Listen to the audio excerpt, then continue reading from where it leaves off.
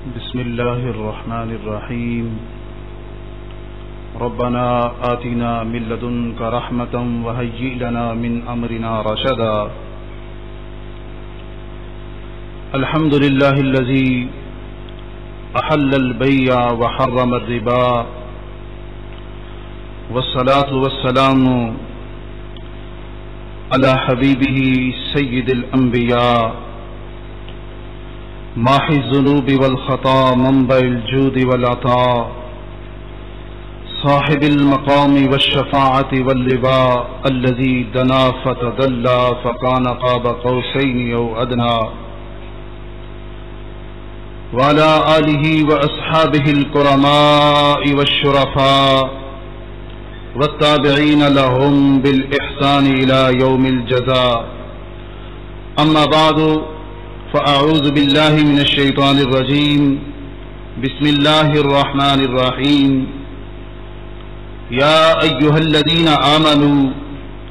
إذا تداينتم بدين إلى أجل مسمى فاكتبوه. آمنت بالله صدق الله مولانا العظيم، وبلغنا رسوله النبي الكريم الأمين. إن الله وملائكته يصلون على النبي يا أيها الذين آمنوا صلوا عليه وسلموا تسلیما. درود پاک ذوق و شوق کے ساتھ. الصلاة والسلام علیک یا سیدی یا رسول اللہ، الصلاة والسلام علیک یا سیدی یا حبیب اللہ، الصلاة والسلام علیک یا سیدی یا نبی اللہ، وعلى آلك واصحابك يا سيدي يا رحمة للعالمين. مولاي صل وسلم دائما أبدا على حبيبك خير الخلق كلهم، منزه عن شريك في محاسنه، فجوهر الحسن فيه غير منقسم. یا رب صلی وسلم دائما ابدا علی حبیبک خیر الخلق کلہم.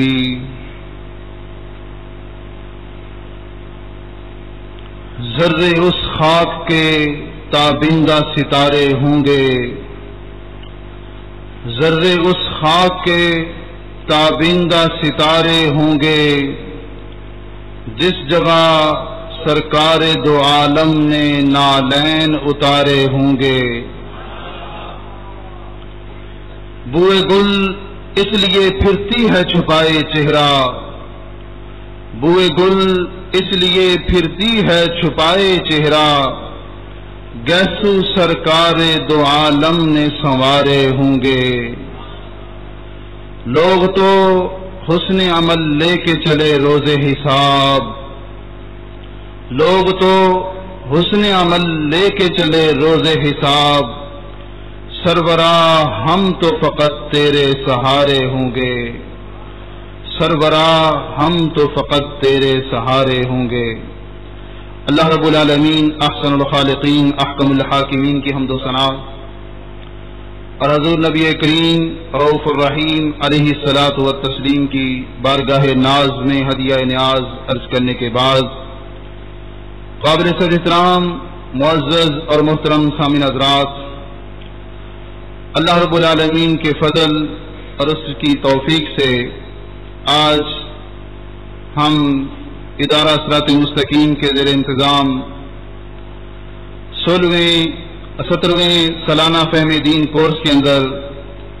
قسطوں پر کاروبار کے متعلق قرآن و سنت کا حکم سننے اور سنانے کے لیے اکٹھے ہوئے ہیں. میری یہ دعا ہے کہ اللہ پاک ہماری حاضری اپنے دربار میں قبول فرمائے اور اللہ رب العالمین مجھے حق بیان کرنے کی توفیق عطا فرمائے. بڑی ہی مبارکباد کے مستحق ہیں آپ لوگ کہ جن کو روزانہ اس وقت محقق الاثر شیخ الحدیث والتفسیر استاد العلماء قبلہ استاد گرامی ڈاکٹر محمد اشرف آصف جلالی صاحب ادام اللہ فیوزہ علینا وعلی اہل سنت والجماعہ کی زیارت بھی ہوتی ہے اور ان کا خطاب دل نواز سننے کی سعادت بھی حاصل ہوتی ہے. اللہ تعالیٰ حضور قبلہ عالم ڈاکٹر صاحب کا سایہ ہمیشہ ہمیشہ کے لیے ہمارے سروں پہ قائم اور دائم رکھے۔ اور میں تو اکثر یہ کہا کرتا ہوں کہ تیرا خاور درخشاں رہے تا ابد فروزاں، تیرا خاور درخشاں رہے تا ابد فروزاں، تیری صبح نور افشاں کبھی شام تک نہ پہنچے۔ اللہ تعالیٰ قبلہ استاذ گرامی کے منصب کو دن دگنی رات چوگنی ترقی عطا فرمائے اور ہمیں زیادہ سے زیادہ ان سے فیض حاصل کرنے کی توفیق عطا فرمائے۔ معزز سامعین محترم، جس طرح کہ آپ حضرات کے علم میں ہے کہ یہ موضوع قسطوں کے متعلق یہ بظاہر ایک خشک سا مضمون ہے اور اس کے اندر اتنی کوئی اٹریکشن بھی نہیں ہے، لیکن پھر بھی یہ ساری چیزیں جب ہمارے دین کا حصہ ہیں اور اسلام نے ان کے بارے میں ہمیں تعلیمات ارشاد فرمائی ہیں، تو پھر کوئی بھی مریض جو ہے وہ ڈاکٹر کی تجویز کردہ دوائی اگر اس کی طبیعت کے خلاف ہو تو اس کو چھوڑتا نہیں ہے، بلکہ پھر بھی اس کو استعمال کرتا ہے۔ وہ سمجھتا ہے کہ اگرچہ میرے مزاج کے تو خلاف ہے لیکن پھر بھی اس میں فائدہ میرا اپنا ہے۔ اسی طرح کوئی بھی ایسا مضمون کہ جس میں بظاہر وہ اتنی زیادہ دلچسپی نہ بھی ہو، لیکن پھر بھی جب اسلام نے ہمیں اس کے سیکھنے کا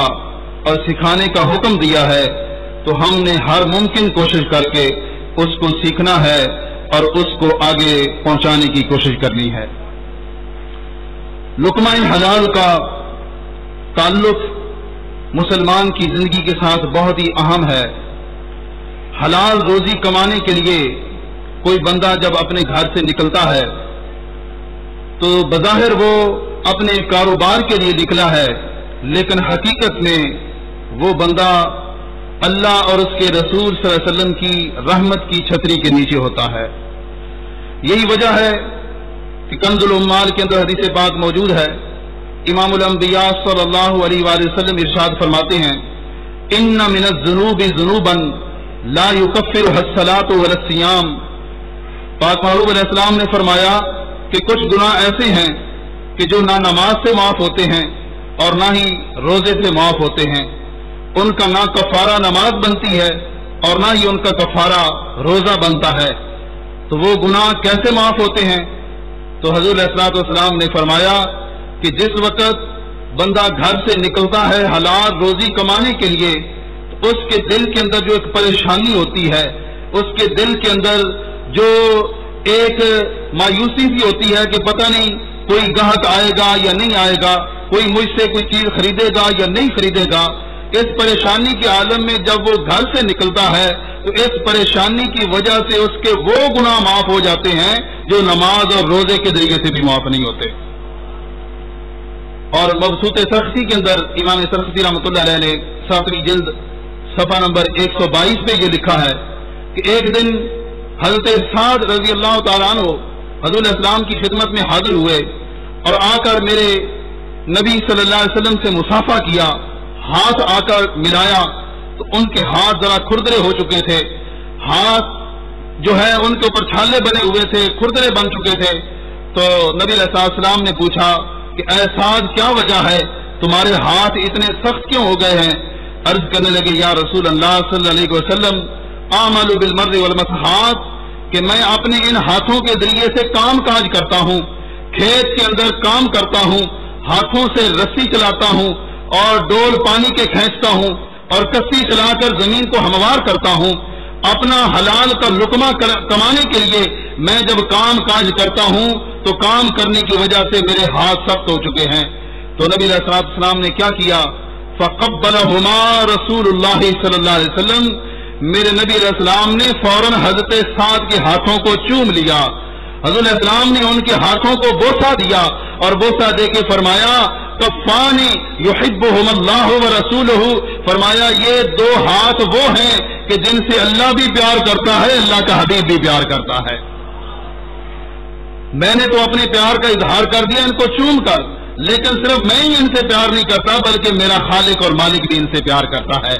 اب دیکھو وہ ہاتھ بظاہر کوئی صدقہ خیرات اس وقت تو نہیں کر رہے تھے، جس وجہ سے ان کی قبولیت ہوئی ہے تو وہ قبولیت اس وجہ سے ہوئی ہے کہ انہوں نے لقمہ حلال کمانے کے لیے محنت کی ہے، مشقت کی ہے۔ تو پتہ چلا کہ قیامت تک آنے والا جو بھی مسلمان محنت کے ہاتھ اپنے لگائے گا اور حلال کا لقمہ کمائے گا، میرے محبوب علیہ السلام یقیناً اس کو اپنے دربار میں قبول فرما لیں گے۔ اس مختصر سی تمہید کے بعد اب اس موضوع کے مطابق جو قسطوں کے متعلق ہم نے آج سمجھنا ہے، آپ سے بڑی امید رکھتا ہوں کہ آپ نہ سوئیں گے اور نہ ادھر ادھر توجہ کریں گے، پوری توجہ کے ساتھ، کیونکہ یہ ایک درسی موضوع ہے اور اس کے لیے ایک طالب علم کی حیثیت سے سننا بھی پڑتا ہے، سنانا بھی پڑتا ہے، تکرار کرنا پڑتا ہے۔ آپ حضرات پوری توجہ رکھیں گے تو انشاءاللہ العزیز سارے مضمون کی سمجھ آئے گی۔ قسطوں پر جو کاروبار ہوتا ہے، سب سے پہلے آپ اس کی تعریف سمجھیں کہ کاروبار جو قسطوں کا ہوتا ہے اس کا مطلب کیا ہے، اس کی تعریف کیا ہے، ڈیفینیشن کیا ہے۔ اس کے متعلق معجم لغت الفقہاء کے اندر اس کی تعریف یہ بیان فرمائی گئی کہ جعل الثمن اجزاء معلومۃ تؤدى فی اوقات معینہ۔ قسطوں پر کاروبار کا مطلب یہ ہوتا ہے کہ کوئی بھی آدمی کسی سے کوئی چیز خریدے اور خریدنے کے بعد جو اس کی قیمت ہے وہ اس وقت ادا نہ کرے، بلکہ قیمت کو کئی حصوں پہ تقسیم کر دے اور یہ کہہ دے کہ میں اتنی مدت کے اندر اپنی جو قیمت ہے، جو پیسے ہیں وہ ادا کر دوں گا۔ اس کاروبار کو شریعت کے اندر قسطوں کا کاروبار کہا جاتا ہے۔ چیز اس نے لے لی ہے لیکن جو قیمت ادا کرنی ہے وہ اس وقت ادا نہیں کر رہا، بلکہ اس کے لیے وہ مہلت مانگ لیتا ہے کہ میں اتنی مدت کے اندر اندر تمہاری قیمت ادا کر دوں گا۔ اس کو عربی کے اندر بیع بالتقسیط کہتے ہیں اور اردو کے اندر اس کو قسطوں کا کاروبار اور انگلش کے اندر اس کو پیمنٹ بائی انسٹالمنٹ کہتے ہیں، یعنی آہستہ آہستہ اپنے قرض سے چھٹکارا حاصل کرنا اور جو چیز خریدی ہے اس کی مکمل قیمت ادا کر دینا۔ اس کے بارے میں سب سے پہلے آپ نے یہ دیکھنا ہے کہ کیا نبی علیہ الصلوۃ والسلام کے مقدس زمانے کے اندر، عہد ذری کے اندر، حضور علیہ الصلوۃ والسلام کی سنت مبارکہ کے اندر کیا اس کی کوئی صورت ہمیں ملتی ہے یا نہیں ملتی۔ اس کی آپ پوری توجہ رکھیں گے تو صرف دو روایتیں میں اس کے متعلق آپ کے سامنے عرض کرنا چاہتا ہوں تاکہ مضمون جو ہے وہ پورا جو آپ کے سامنے عرض کیا جا سکے۔ صحیح بخاری شریف کے اندر یہ حدیث پاک موجود ہے اور امام بخاری نے اس حدیث پاک کو صحیح بخاری کے اندر 22 مرتبہ لکھا ہے، اور جو میں آپ کے سامنے عرض کرنے لگا ہوں یہ حدیث نمبر 2729 ہے۔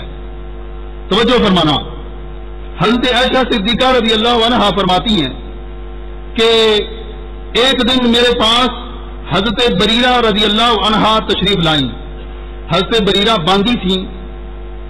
اور انہوں نے اپنے مالک کے ساتھ، اپنے آقا کے ساتھ مکاتبت کر لی تھی، یعنی اپنے آقا کو یہ لکھ کر دے دیا تھا کہ میں اتنے عرصے کے اندر اتنی قیمت آپ کو ادا کر دوں گی، جب اتنی قیمت ادا ہو جائے گی تو پھر میں آپ سے آزاد ہوں اور میں اپنی مرضی کے مطابق جس طرح چاہوں اپنی زندگی بسر کروں گی۔ اس کو مکاتب کہا جاتا ہے۔ مکاتب کا مطلب ہے کہ آقا جو ہے وہ غلام کو لکھ کر دے دے اور غلام اس کی تصدیق کر لے کہ اتنے عرصے کے اندر اگر اتنی قیمت میرا غلام ادا کر دے گا تو پھر میرا غلام آزاد ہے اور وہ اپنی مرضی کے مطابق اپنی زندگی بسر کر سکتا ہے۔ عربی کے اندر اس کو مکاتب کہتے ہیں۔ چونکہ اکثر اس وقت یہ نصاب جو ہمارا درس نظامی کیا ان کے اندر سے بھی غلاموں کے باب حذف کر دیے گئے، اس لیے یہ باتیں ذرا سمجھنی مشکل ہوتی ہیں، لیکن توجہ کریں گے تو یہ بالکل آسان ہو جائیں گی۔ مکاتب کے لحاظ سے یہ قانون پیش نظر رکھیں کہ جس وقت مالک یہ لکھ کر دے دے کہ اتنی قیمت ادا کر دو، اتنے عرصے کے اندر کر دو، تو پھر وہ غلام آزاد ہو جاتا ہے۔ تو یہ حضرت بریرہ بھی آئیں، انہوں نے آ کر حضرت عائشہ صدیقہ رضی اللہ عنہا سے عرض کی کہ اے ام المومنین عائشہ صدیقہ رضی اللہ عنہا، میں نے اپنے آپ سے مکاتبت کر لی ہے، میں نے ان کو یہ لکھ کر دے دیا ہے کہ میں تمہیں 9 اقیے جو ہے نا چاندی کے ادا کروں گی۔ ایک اقیہ جو ہوتا ہے وہ 40 درہم کا ہوتا ہے، 40 درہم کا ایک اقیہ،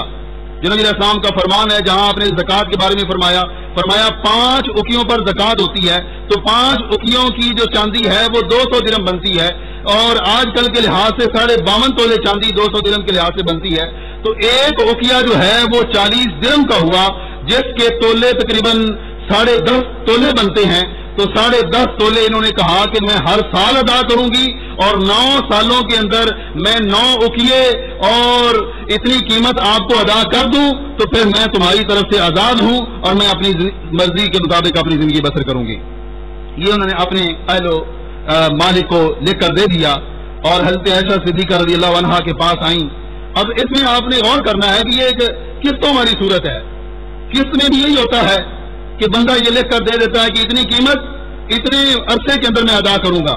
انہوں نے بھی یہی صورت اختیار کی کہ انہوں نے قیمت ادا کرنے کے لیے یہ شرط لگا لی، تو حضرت عائشہ صدیقہ رضی اللہ عنہا سے آ کر مدد مانگی کہ آپ میرے ساتھ تعاون کریں تاکہ میں جلدی جلدی اپنی اقساط ادا کر سکوں اور اس قرض سے میں چھٹکارا حاصل کر سکوں۔ تو حضرت عائشہ صدیقہ رضی اللہ عنہا نے اس شرط کو قبول کر لیا۔ انہوں نے فرمایا کہ ہاں میں ضرور تیرے ساتھ تعاون کروں گی، لیکن یہ ہے کہ جب تو فوت ہو جائے گی تو اس وقت جو ولا ہے، جو تیرا مال و اسباب ہے، اگر تیرے حقیقی رشتہ دار نہ ہوئے تو وہ تیرا مال و اسباب مجھے ملے گا۔ اس کو عربی کے اندر ولا کہا جاتا ہے کہ جس وقت میں فوت ہو جاؤں، انہوں نے بھی یہ عہد کر لیا کہ میری ولا جو ہے وہ آپ کے لیے ہوگی۔ تو جس وقت انہوں نے جا کر اپنے مالکوں سے پوچھا تو مالکوں نے اس چیز کی اجازت نہ دی، تو وہ پھر حضرت عائشہ صدیقہ رضی اللہ عنہا کی خدمت میں حاضر ہوئی اور آ کے یہ عرض کیا کہ میرے مالک جو ہے وہ تو ولا کی اجازت نہیں دیتے۔ تو اس وقت نبی علیہ السلام نے خطبہ ارشاد فرمایا، اور آپ نے فرمایا کہ ان لوگوں کا کتنا ہی برا حال ہوگا کہ جو اللہ کی کتاب میں شرط نہیں ہے وہ شرطیں اپنی طرف سے لگاتے رہتے ہیں۔ یعنی یہ قانون تھا کہ ولا اس کے لیے ہوتی ہے جو بندہ آزاد کرے، تو چونکہ آزاد کرنے والی حضرت عائشہ صدیقہ رضی اللہ عنہا تھی تو قانون کے مطابق تو ولا ان کو ملنی چاہیے تھی، لیکن مالک یہ کہہ رہے تھے کہ ولا ان کی نہیں ہوگی بلکہ ولا ہماری ہوگی۔ جب انہوں نے یہ شرط لگائی تو نبی علیہ السلام کو غصہ آیا۔ آپ نے ارشاد فرمایا کہ جو لوگ ایسی شرطیں لگاتے ہیں جو کتاب اللہ کے اندر نہیں ہوتی، وہ ساری کی ساری شرطیں رد ہوتی ہیں اور ان کا ہمارے بیع کے اندر کوئی بھی تعلق نہیں ہوتا۔ یہ حدیث پاک کا مختصر سا مفہوم ہے، اور یاد رکھو اس ایک حدیث پاک سے امام ابن حجر اسقلانی رحمۃ اللہ نے 400 مسائل مستنبط کیے ہیں، بیع و شراء کے 400 مسائل، اور ابن خزیمہ نے پوری ایک کتاب لکھی ہے اس حدیث پاک کی تشریح میں، اور کہا ہے کہ ہمارے بیع و شراء کے جو قوانین ہیں وہ اس ایک حدیث پاک سے ثابت ہوتے ہیں۔ لیکن مجھے بڑے افسوس کے ساتھ کہنا پڑتا ہے کہ آج ہمارے اسلامی جمہوریہ پاکستان کے اندر، جہاں ہمارے اکنامکس کے نصاب کے اندر سودی کاروبار کے بارے میں تو مکمل ڈیٹیل پڑھائی جاتی ہے اور وہ سب کچھ سکھایا جاتا ہے، لیکن اگر نہیں سکھایا جاتا تو نبی علیہ السلام کا فرمان نہیں سکھایا جاتا، اور سکول تو سکول رہ گئے، مدرسوں سے بھی انہوں نے یہ چیزیں نکال دی اور یہ کہا کہ اب غلاموں کا دور نہیں رہا، اب اس چیز کی ضرورت ہی نہیں ہے۔ تو بہرحال عرض کرنے کا مقصد یہ ہے کہ ہمارے بیع و شراء کے کئی مسائل اس سے حل ہو رہے ہیں۔ اس وقت ہمارے پیش نظر صرف 3 چیزیں ہیں، 3 چیزیں ہم نے اس حدیث پاک سے سمجھنی ہیں۔ پہلی بات تو یہ ہے کہ قسطوں کے کاروبار کا جواز اس حدیث پاک سے ثابت ہو رہا ہے کہ انہوں نے یہ لکھ کر دے دیا کہ 9 سالوں کے اندر 9 اکیے میں ادا کروں گی۔ جب انہوں نے یہ لکھ کر دے دیا تو پتہ چلا کہ قسط وار پیسوں کی ادائیگی کرنا اور اپنے قرض سے چھٹکارا حاصل کرنا یہ صرف جائز ہی نہیں ہے بلکہ اس کے اوپر نبی علیہ السلام کی مہر تصدیق ہے۔ حضور السلام نے اس کو پسند فرمایا، آپ نے اس سے روکا نہیں ہے، تو جس کام سے آپ نہ روکیں وہ آپ کی سنت تقریر بن جاتا ہے اور آپ کی مہر تصدیق اس میں سمجھی جاتی ہے۔ تو پتہ چلا کہ قسطوں کے کاروبار کے اوپر نبی علیہ السلام کی مہر تصدیق ثابت ہے۔ اور دوسری بات اس سے یہ ثابت ہوئی کہ جب کوئی قسطوں کا کاروبار کرے، اگر وہ اپنی قسطیں پہلے ادا کرنا چاہتا ہے تو پھر بائع کو اس چیز کا اختیار نہیں ہوگا کہ وہ اس کی قسطوں والے پیسے حاصل ہی نہ کرے، وہ کہے کہ اتنی مدت تھی، مدت ابھی پوری نہیں ہوئی تو میں تم سے قیمت نہیں لے سکتا۔ جب مشتری جو ہے، جو خریدنے والا ہے، جب وہ اپنی مرضی سے خود وہ قیمت ادا پہلے ہی کر دے تو بائع کے اوپر ضروری ہوگا کہ وہ اس کی قیمت قبول کرے۔ دوسرا مسئلہ اس سے یہ بھی ہمارے موضوع کے مطابق جو ہے وہ ثابت ہوا۔ اور تیسری چیز ہمارے موضوع کے مطابق وہ یہ ہے کہ جس وقت کوئی بیع و شراء کے اندر، خرید و فروخت کے اندر کوئی اپنی طرف سے شرط لگاتا ہے اور وہ شرط نہ اللہ کے پاک کلام میں ہوتی ہے نہ نبی علیہ السلام کے پاک فرمان میں ہوتی ہے، بلکہ اپنی طرف سے شرط لگا دیتا ہے، تو وہ شرط رد کی جاتی ہے، اس شرط کو کبھی بھی قبول نہیں کیا جائے گا۔ اس حدیث پاک سے یہ جو 3 مسئلے مستنبط ہوئے ہیں، ان کو آپ ذہن میں رکھیں تو ہم اس کی تفصیل میں آگے چلتے ہیں۔ ایک اور روایت اس کے بارے میں ہم بیان کرتے ہیں۔ یہ روایت امام بہقی نے بیان فرمائی اور حضرت ابو نعیم نے حلیۃ الاولیاء کے اندر اس کو بیان فرمایا کہ حضرت سیدنا سلمان فارسی رضی اللہ تعالیٰ عنہ یہ بھی ایک یہودی کے غلام تھے، 300 سال ان کی عمر مبارک ہوئی ہے۔ بچپن میں گھر سے نکلے تھے، کسی نے خریدا کسی نے بیچا، بچپن سے ہی نبی علیہ السلام کی تلاش میں نکلے ہوئے تھے۔ پہنچتے پہنچتے جب مدینہ شریف میں پہنچے تو یہاں ایک یہودی کے ہاں غلام تھے۔ انہوں نے یہودی کو لکھ کر دے دیا تھا کہ میں تمہارے لیے ایک کھجوروں کا باغ لگاؤں گا اور اس باغ کے اندر کھجوریں لگاؤں گا، جتنی بھی کھجوریں اس کے اندر ہوں گی وہ باغ اگنے کے بعد جب وہ پھل دینے لگ جائے گا اور میں اس وقت تک اس کی رکھوالی کرتا رہوں گا سب کچھ، تو جب وہ پھل دینے کے قابل ہو جائے گا اس وقت میں تیرے پھندے سے آزاد ہو جاؤں گا اور میں اس وقت غلام نہیں رہوں گا، بلکہ میں اس وقت اپنی مرضی کے مطابق یہاں سے چھٹکارا حاصل کر لوں گا۔ حضرت سلمان فارسی رضی اللہ عنہ نے یہ لکھ کر دے دیا کہ میں اس قدر تمہارے ساتھ مکاتبت کرنا چاہتا ہوں کہ جب کھجوروں کا باغ لگایا جائے وہ کئی سالوں کے بعد کھجوروں کا باغ ہوگا، کیونکہ کھجور جلدی تو نہیں نہ ہو جاتی۔ جو کھجور ہے وہ حضرت آدم علیہ السلام کے خمیر سے جو بچ جانے والی مٹی ہے اس سے وہ تیار ہوئی ہے، کھجور اس سے بنی ہے، اور رشتے میں کھجور ہماری پھوپھی لگتی ہے۔ تو جس طرح انسان ایسا ایسا پروان چڑھتا ہے، اس طرح جو کھجور کا درخت ہے وہ بھی ایسا ایسا پروان چڑھتا ہے، اس کی انسان کے ساتھ بڑی مناسبت ہوتی ہے۔ لیکن نبی علیہ السلام نے کرم کریمانہ کیا فرمایا؟ حضرت سلمان فارسی رضی اللہ تعالیٰ عنہ کے اوپر یہ کرم فرمایا کہ محبوب علیہ السلام نے اپنے ہاتھ سے کھجور کی گٹھلیاں لگائیں، 100 کے قریب نبی علیہ السلام نے درخت لگائے، ابھی درخت لگائے ہی ہیں کہ اسی سال ان درختوں نے پھل دینا بھی شروع کر دیا ہے۔ یہ نبی علیہ السلام کا معجزہ ہے کہ جو آپ کی محبت میں نکلا ہے، آپ نے بغیر کسی مطالبے کے ہی اس کی ساری حاجت کو پورا فرما دیا۔ حضرت سلمان فارسی نے عرض نہیں کی کہ یا رسول اللہ یہ کرم فرماؤ اور یہ ادائیگی فرما دو، بلکہ حضرت علیہ السلام نے خود یہ فرمایا کہ اس کی طرف سے جو ایک قرضہ تھا اور ان کے اوپر جو ایک قسطوار پروگرام تھا، اس کا نبی علیہ السلام نے اپنے ہاتھ مبارک سے کھجوریں لگا کر ان کو چھٹکارا دے دیا اور حضرت سلمان فارسی رضی اللہ عنہ کو آزاد کروا لیا۔ اب اس حدیث پاک سے یہ ثابت ہوا کہ جب کوئی یہ لکھ کر دے دے کہ اتنے سالوں کے اندر میں یہ قسطیں ادا کروں گا تو وہ قسطیں ادا کرنا جائز ہے، اور اگر وہ قسطوں کی ادائیگی پہلے بھی کر دے تو پھر بھی بائیں کو اس چیز کی منظوری وہ ضروری ہوگی اور وہ اپنے غلام کو جو ہے صورت میں آزاد کر دے گا۔ یہ 2 روایات آپ کے پیش نظر رہیں تو آپ کو اتنی بات تو سمجھ آ جائے گی کہ یہ جو قسطوں کا کاروبار ہے یہ آج کا نیا کاروبار نہیں، بلکہ یہ بہت ہی پرانا کاروبار ہے، اور یہ اس وقت بھی ہوتا تھا جب صحابہ کرام علیہ رضوان نبی علیہ السلام کے سامنے موجود ہوتے تھے، اس وقت سے یہ کاروبار ہو رہا ہے۔ لیکن اس وقت کا جو کاروبار ہے ہمارے سامنے جو اس کے مشہور اور رائج طریقے ہیں، اس کو ہم اس وقت میں 3 طریقوں کے ساتھ عرض کرتے ہیں، یعنی 3 طریقے ہیں اس وقت کے قسطوں کے کاروبار کے۔ توجہ کے ساتھ سننا۔ پہلا طریقہ ہے قسطوں پہ کاروبار جو کہ مستحب ہے، یعنی جس میں بندے کو ثواب ملتا ہے، وہی کاروبار بندہ قسطوں پہ کرے تو بندہ اس میں اجر پاتا ہے، اللہ تعالیٰ کی طرف سے اس کو بہت بڑا مقام حاصل ہوتا ہے۔ پہلا درجہ مستحب کا ہے، دوسرا درجہ مباح کا ہے اور تیسرا درجہ ناجائز کا ہے۔ یہ تینوں چیزیں آپ نے پیش نظر رکھنی ہیں، پہلا درجہ مستحب کا اور دوسرا درجہ مباح کا۔ مباح کیا ہوتا ہے؟ خلاف اولا، یعنی جس کا نہ کرنا بہتر ہوتا ہے، لیکن اگر کر بھی لے تو اس میں گناہ نہیں ہوتا، کوئی کراہت نہیں ہوتی، بلکہ شریعت میں اس کی اجازت دی ہوتی ہے، اس کو مباح کہتے ہیں۔ پہلا درجہ مستحب کا، دوسرا مباح کا اور تیسرا ناجائز کا۔ یہ 3 طریقے ہیں اس کے۔ پہلا درجہ جو مستحب کا ہے اس کے لیے یہ ضروری ہے کہ کوئی بھی بندہ جب کاروبار کرے قسطوں کے بارے میں تو وہ اپنے گاہک سے اضافی پیسے حاصل نہ کرے، جتنے میں وہ چیز نقد کی فروخت کرتا ہے ادھار اگر فروخت کرے تو اتنے میں ہی کرے، اور اگر کوئی ادھار لینا چاہتا ہے تو اس کے اوپر کوئی اضافی تاوان نہ لگائے، کوئی اضافی جرمانہ نہ عائد کرے۔ تو اس صورت میں جب بندہ ادھار سے فائدہ حاصل نہیں کرتا بلکہ ادھار میں وہ اپنے مسلمان بھائی کی مدد کرتا ہے اور اس کو مہلت دے دیتا ہے، تو یہ اتنا بڑا مقرب بندہ ہے کہ جس طرح یہ بائع جو ہے یہ اپنے مشتری کو یہاں چھٹکارا دے رہا ہے تو اللہ تبارک و تعالیٰ کل قیامت کے دن اس بائع کو گناہوں سے چھٹکارا عطا فرمائے گا۔ اب اس سلسلے میں ایک حدیث پاک صحیح بخاری شریف کی جو ہمارے سامنے موجود ہے، بخاری شریف کے اندر یہ حدیث پاک، یہ حدیث نمبر 3451 ہے۔ اس کے اندر یہ موجود ہے کہ حضرت حذیفہ رضی اللہ عنہ بیان کرتے ہیں کہ ایک آدمی پہلی امتوں میں سے تھا، جس وقت اس کی موت کا وقت قریب آیا تو فرشتہ اس کی روح قبض کرنے لگا، اور قبض کر کے جب اللہ کے دربار میں پہنچا تو اللہ تبارک و تعالیٰ نے اس بندے سے پوچھا کہ اے میرے بندے بتا، تو نے اپنی زندگی کے اندر کوئی نیکی کی ہے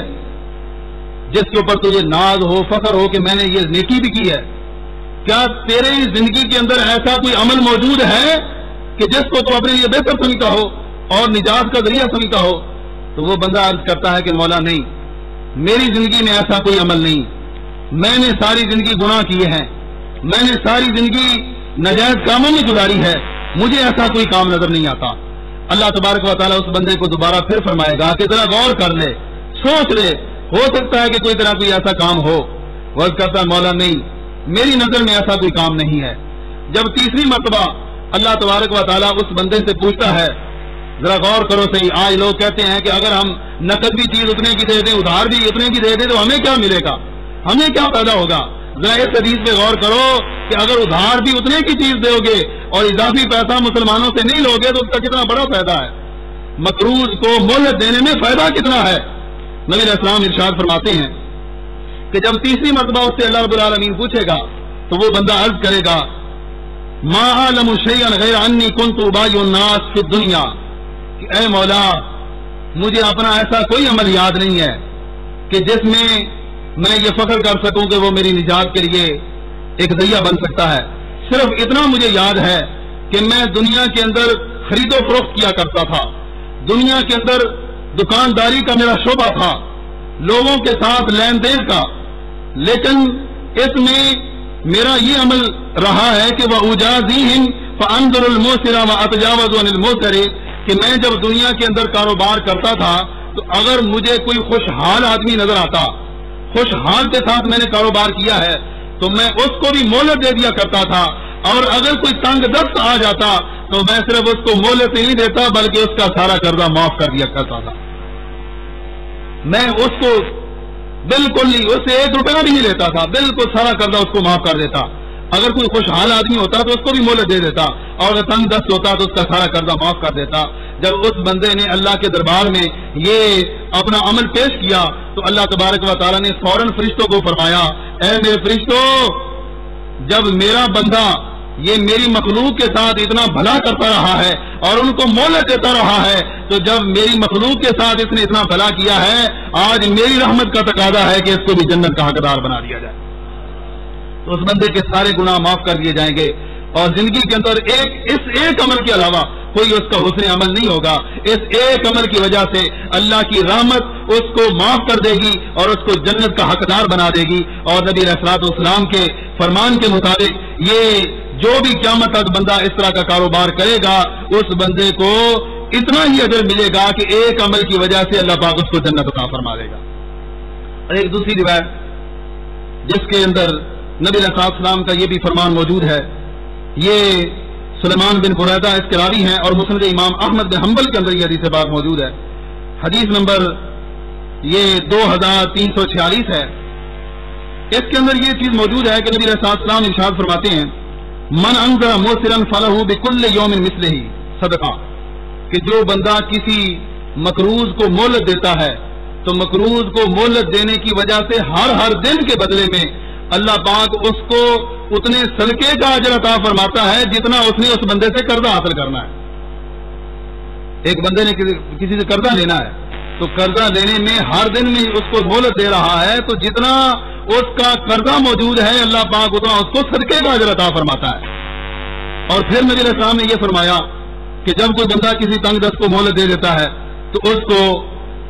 ایک ہی دن کے اندر 2 گنا صدقے کا اجر ملتا ہے۔ پہلے آپ نے 1 گنا کا ذکر فرمایا، پھر آپ نے 2 گنا کا ذکر فرمایا کہ جو کوئی مقروض کو مہلت دے گا اس کو 2 گنا اجر ملے گا۔ تو جب نبی علیہ السلام نے یہ ارشاد فرمایا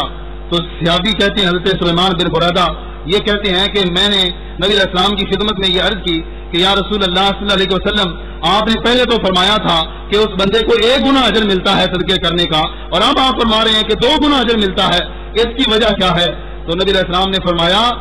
کہ اصل میں قرض لینے میں ایک مدت معین کی جاتی ہے، جب تک وہ مدت نہ آئے اس وقت تک 1 گنا صدقے کا اجر ملتا ہے، اور جب وہ مدت آ جائے اور پھر بھی بندہ مہلت دیتا رہے تو پھر 2 گنا صدقے کا اجر ملتا ہے۔ مدت کے اندر اگر وہ مہلت دیتا رہتا ہے اور قرضے کی وہ واپسی کا مطالبہ نہیں کرتا تو پھر اس کو 1 گنا اجر ملتا ہے، اور اگر مدت گزر جائے تو پھر بھی وہ مہلت دیتا رہتا ہے تو اللہ تبارک و تعالیٰ اتنے قرضے جتنا 2 گنا اجر اس کو عطا فرماتا ہے۔ تو اس حدیث پاک سے بھی یہ پتہ چلا کہ جو لوگوں کا آج ایک بہانہ بنا ہوا ہے قسطوں کے کاروبار کے متعلق، یہ کہتے ہیں کہ اگر ہم اس میں اضافہ ساتھ شامل نہیں کریں گے تو پھر تو ہمارا دیوالیہ نکل جائے گا، ہم تو غریب ہو جائیں گے، ہمیں کیا بچے گا، ہمیں کیا پیدا ہوگا؟ میرے بھائیوں، دنیا کا تو فانی پیسہ ہے، اس نے تو چند دن کے بعد ختم ہو جانا ہے، یہ بے وفا ہے، یہ ساتھ چھوڑ جائے گا۔ اگر کوئی چیز باقی رہنے والی ہے تو وہ مخلوق خدا کی خدمت ہے، اگر اس طریقے سے خدمت کرو گے تو اللہ جنتوں کا وارث بنا لے گا۔ اس سلسلے میں اور بھی کافی روایات موجود ہیں، اور اللہ تبارک و تعالیٰ کا یہ فرمان بھی موجود ہے، وَإِن كَانَ ذُو عُسْرَةٍ فَنَظِرَةٌ إِلَىٰ مَيْسَرَةٍ، کہ جو بندہ ذو عسرۃ تنگ دست ہو، فناظرۃ الی میسرہ، اللہ فرماتا ہے کہ اس کو مہلت دو کہ وہ خوشحال ہو جائے، جب وہ خوشحال ہو جائے تو تمہارا قرضہ ادا کر دے گا، تو اس پر اللہ تعالیٰ فرماتا ہے کہ تمہیں پورا اجر دیا جائے گا اور ایک ذرہ بھر بھی تمہارے اجر سے کمی نہیں کی جائے گی۔ سورہ البقرہ کے اندر اللہ پاک نے اس کا ذکر فرمایا ہے۔ یہ تو پہلا درجہ ہے جو میں نے آپ کے سامنے عرض کیا کہ جو مستحب ہے، لیکن اس کی صورتحال آج ہمیں کہیں نظر نہیں آتی کہ لوگ اس طریقے سے کاروبار کرتے ہوں کہ کسی کو ادھار دے دیا اور پھر اس سے اس قدر مطالبہ بھی نہ کیا، وہ اپنی مرضی سے دے دے تو دے دے۔ بہت ہی کم ایسے لوگ ملتے ہیں معاشرے کے اندر۔ بہرحال یہ حدیث پاک کی روشنی میں عرض کرنا ہمارا فرض بنتا ہے، لوگ عمل کریں گے تو فائدہ ہو جائے گا، اگر کوئی نہیں عمل کرتے تو ان کی اپنی مرضی ہے، ورنہ نبی علیہ السلام نے گارنٹی دے دی ہے کہ اگر آج مقروض کو مہلت دو گے تو کل خدا تعالیٰ تمہیں بھی مہلت عطا فرمائے گا۔ دوسرا درجہ جو مباح کا ہے، قسطوں کے کاروبار کے متعلق آپ ساری ایک تمہید کو پیش نظر رکھیں، کوئی لچھے دار انداز نہیں، ایک سمجھانے کا انداز ہے، ایک مسئلہ آپ کو سمجھانا چاہتا ہوں۔ اگر آج یہ مسئلہ سمجھ آ جائے گا تو کتنے ہی ہمارے کاروبار قسطوں کے مطابق ہو رہے ہیں اور اس کی وجہ سے لوگ سودی کاروبار کر کے اپنی عاقبت برباد کر رہے ہیں۔ اگر یہ آپ نے ذہن میں رکھیں گے اور اس پہ عمل کریں گے تو یقیناً اللہ تعالیٰ کے فضل و کرم سے سود سے بچ جائیں گے اور اللہ تعالیٰ لقمہ حلال پورے معاشرے کو عطا فرمائے گا۔ دوسری قسم مباح کی جو ہے، مباح کی قسم یہ ہے کہ جس میں کوئی بھی بیچنے والا یہ کہے مشتری سے، خریدنے والے سے کہ میں یہ چیز بیچنا چاہتا ہوں لیکن یہ چیز تم نقد لوگے تو اتنے کی ہے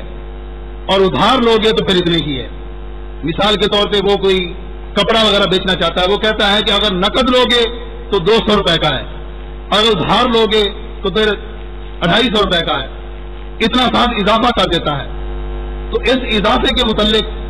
آج لوگوں کے ذہن میں یہ شکوک و شبہات پیدا ہوتے ہیں کہ یہ جو ساتھ اضافہ دیا جا رہا ہے یہ بھی سود ہے، لیکن حقیقت میں سود کی تعریف اس کے اوپر سچی نہیں آتی، کیونکہ سود اس وقت بنتا ہے کہ جس وقت 6 چیزیں جو ہیں وہ آپس میں کمی زیادتی کے ساتھ بیچی جائیں اور اس میں درمیان میں ادھار بھی آ جائے۔ 6 چیزیں جو آپ نے استاد گرامی کا جو موضوع پہلے آپ نے سماعت کیا ہے سود اور اس کی اقسام، اس کو آپ دوبارہ سن سکتے ہیں، اس کے اندر یہ 6 چیزیں بیان کی گئیں۔ کھجور کے بدلے نمک کے بدلے، سونے کے بدلے چاندی کے بدلے، اور گندم کے بدلے جو کے بدلے، یہ 6 چیزیں جو ایسی ہیں کہ جن میں برابری ضروری ہے، اگر کمی بیشی ہو جائے گی تو پھر سود بن جائے گا، یا ادھار آ گیا تو پھر سود بن جائے گا۔ اس کے علاوہ باقی جتنی بھی چیزیں ہیں ان میں اگر کمی زیادتی کریں گے اور عقد کر لیں گے تو اس میں سود نہیں بنے گا، بلکہ وہ تجارت ہے جس تجارت کی اللہ تعالیٰ نے اجازت ارشاد فرمائی ہے۔ تو چونکہ اس کے اوپر سود کی تعریف سچی نہیں آتی، ایک بندہ کہتا ہے کہ نقد یہ چیز 10 روپے کی ہے، ادھار یہ چیز 15 روپے کی ہے، تو یہ سود نہیں ہوگا، بلکہ یہ بالکل اسلام کے عین مطابق ہے اور اللہ تعالیٰ نے اس کی اجازت ارشاد فرمائی ہے۔ اب اس سلسلے میں آپ فتاوی رضویہ شریف کا ایک حوالہ جو قرآن مجید کی آیت اور حدیث پاک کے ساتھ مبین ہے اس کو آپ سماعت فرمائیں۔ فتاوی رضویہ شریف کی جلد نمبر 16 ہے اور صفحہ نمبر 494 ہے۔ اس کے اندر یہ لکھا ہوا ہے کہ اعلیٰ حضرت رحمۃ اللہ علیہ سے یہ سوال کیا گیا کہ کوئی بندہ اگر ادھار بیچنے پہ قیمت زیادہ وصول کرتا ہے اور نقد بیچنے میں وہ بندہ قیمت کم وصول کرتا ہے تو کیا یہ جائز ہے یا نہیں ہے؟ تو اعلیٰ حضرت رحمۃ اللہ علیہ کے الفاظ سنیے. آپ فرماتے ہیں قرضوں بیچنے میں نقد بیچنے سے دام زائد لینا کوئی مذائقہ نہیں رکھتا.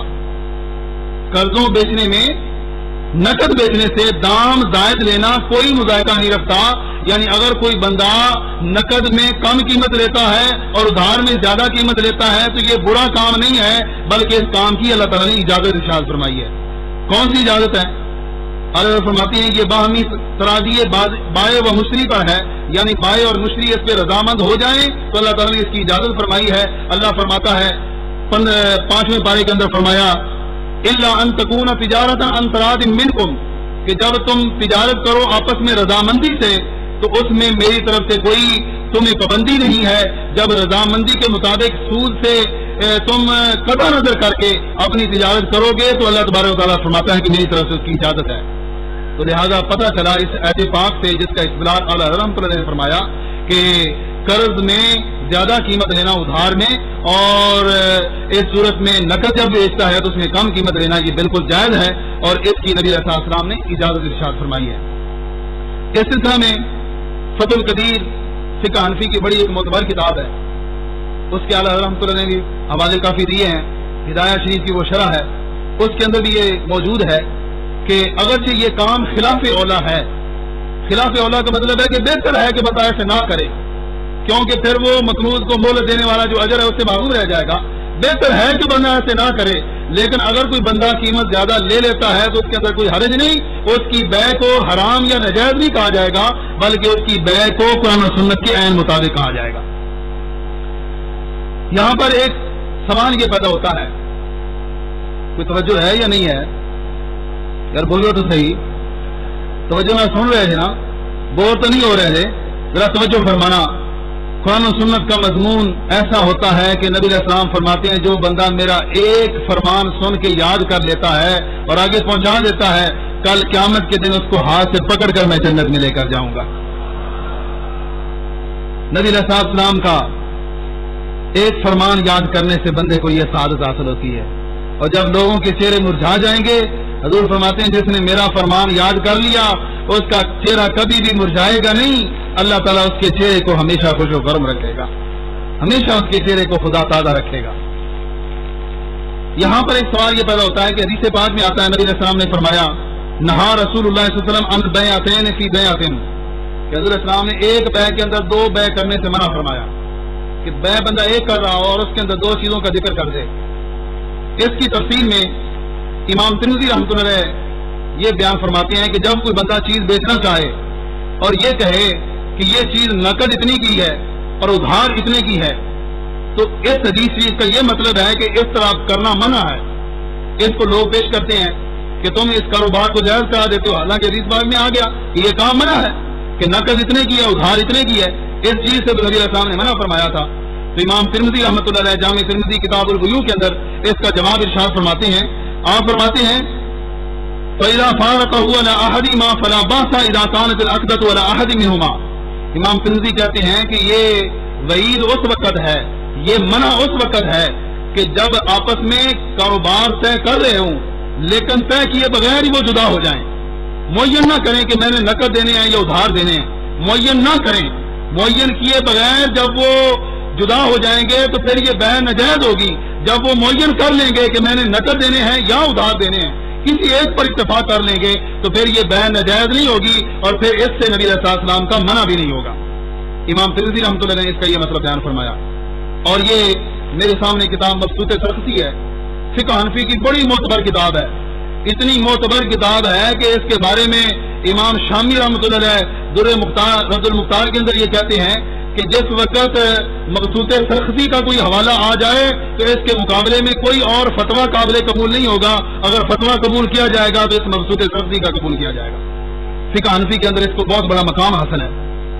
اس کے اندر بھی یہ صورت انہوں نے بیان فرمائی کہ جب کوئی بندہ چیز بیچنا چاہے اور یہ کہے کہ یہ چیز نقد اتنے کی ہے اور ادھار اتنے کی ہے، لیکن اس میں کوئی وہ اتفاق نہ کریں کہ میں نے نقد بیچنی ہے یا ادھار بیچنی ہے. اتفاق کیے بغیر ہی اگر وہ جدا ہو جائیں گے تو پھر یہ بیع ناجائز ہوگی، پھر یہ بیع فاسد ہوگی۔ اگر وہ اتفاق کر لیتے ہیں کہ میں نے نقد لینی ہے یا ادھار لینی ہے تو پھر یہ بیع ناجائز نہیں ہوگی، اس بیع کی اسلام نے اجازت ارشاد فرمائی ہے۔ مثال کے طور پہ انہوں نے یہ بیان فرمایا کہ کسی کپڑے کے بارے میں کوئی بندہ کہتا ہے کہ یہ کپڑا 10 درہم کا ہے نقد اور 12 درہم کا ہے ادھار، بس اتنا انہوں نے ذکر کیا، ذکر کرنے کے بعد وہ اٹھ کر چلے گئے۔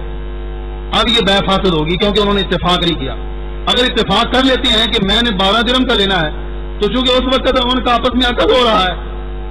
تو عقد کے وقت اگر وہ ادھار ہی قبول کر لیتا ہے تو ادھار کی صورت میں جو اضافی قیمت لی جائے گی وہ ناجائز نہیں ہوگی اور وہ فقہ حنفی کے قانون کے مطابق بلکہ ائمہ اربعہ کا، چاروں ائمہ کرام کا اس بات پہ اتفاق ہے کہ نقد صورت میں قیمت تھوڑی لینا اور ادھار میں قیمت زیادہ لینا یہ ناجائز نہیں ہے، اللہ پاک نے اس کی اجازت ارشاد فرمائی ہے۔ اس بات کو آپ نے کئی حوالوں کے ساتھ یہ سماعت فرما لیا کہ یہ جو لوگوں کا شک و شبہ ہے کہ ادھار میں قیمت زیادہ لینا یہ ناجائز ہے، یہ شک یہ درست نہیں ہے، اس کی اسلام کے اندر اجازت موجود ہے۔ لیکن بہرحال میں یہ عرض کروں گا کہ ترجیح پہلی صورت تو ہی ہے، فضیلت پہلی صورت تو ہی ہے، درجہ پہلی صورت میں ملتا ہے، لیکن اگر پہلی صورت سے ہٹ کر کوئی یہ بھی اختیار کرتا ہے تو اس کی بھی اسلام نے اجازت ارشاد فرمائی ہے۔ یہ تو 2 درجے میں نے آپ کے سامنے بیع کے بیان کر دیے جس کی اسلام کے اندر اجازت موجود ہے۔ اب اس بارے میں جو ایک تیسرا درجہ ہے جس کے اندر ناجائز کاروبار آ جاتے ہیں قسطوں کے، اس کی ذرا تھوڑی سی تفصیل ہے، اس کو آپ اپنے پیش نظر رکھیں۔ وقت بہت قلیل ہے لیکن موضوع بڑا طویل ہے، میں نے عربی کے اندر اس کا ایک بہت بڑا مقالہ لکھا ہے اور ابھی تک وہ آدھا بھی نہیں عرض کر سکا، لیکن کچھ پوائنٹ جو اصول ہیں وہ آپ کے سامنے عرض کر رہا ہوں۔ وہ اصول اگر پیش نظر رہیں گے تو قسطوں کے کاروبار کی مکمل تفصیل آپ کو معلوم ہو جائے گی۔ یہ تیسری صورت جو ہے ناجائز جس کو کہتے ہیں یا حرام صورت کہتے ہیں قسطوں کے کاروبار کی، وہ صورت یہ ہے کہ جس میں بندہ کوئی چیز فروخت کر دے لیکن یہ ساتھ شرط لگا دے کہ اتنی مدت کے اندر اگر 1 مہینے بعد اس کی قیمت ادا کرو گے تو پھر اس کی قیمت 10 روپے ہے،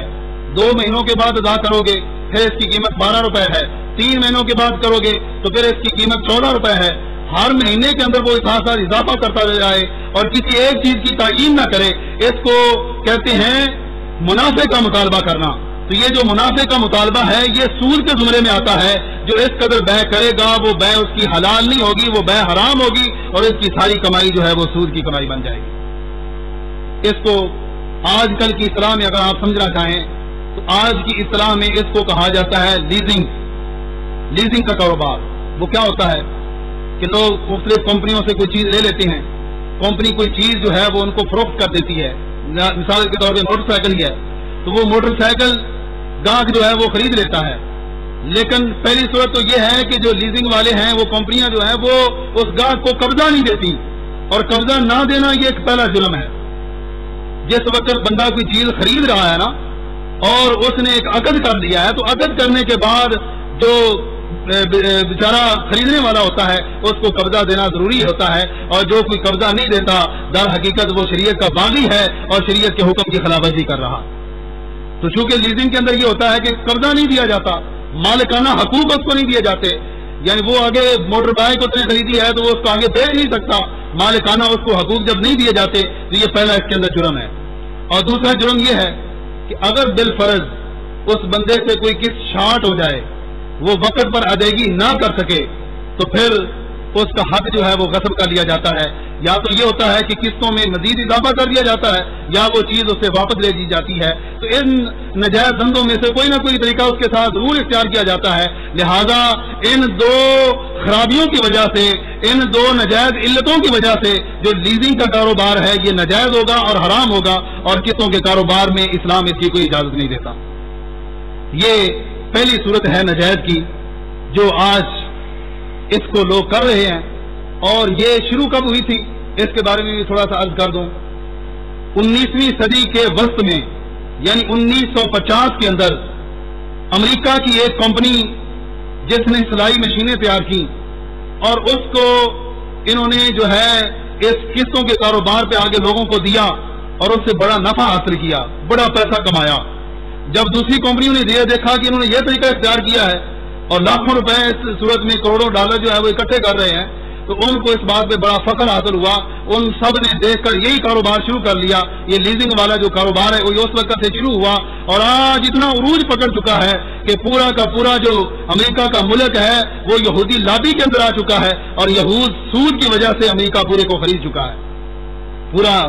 اس کا قبضہ حاصل ہے. اور ان کو دیکھ کر پھر مسلمان بھی ان چیزوں کے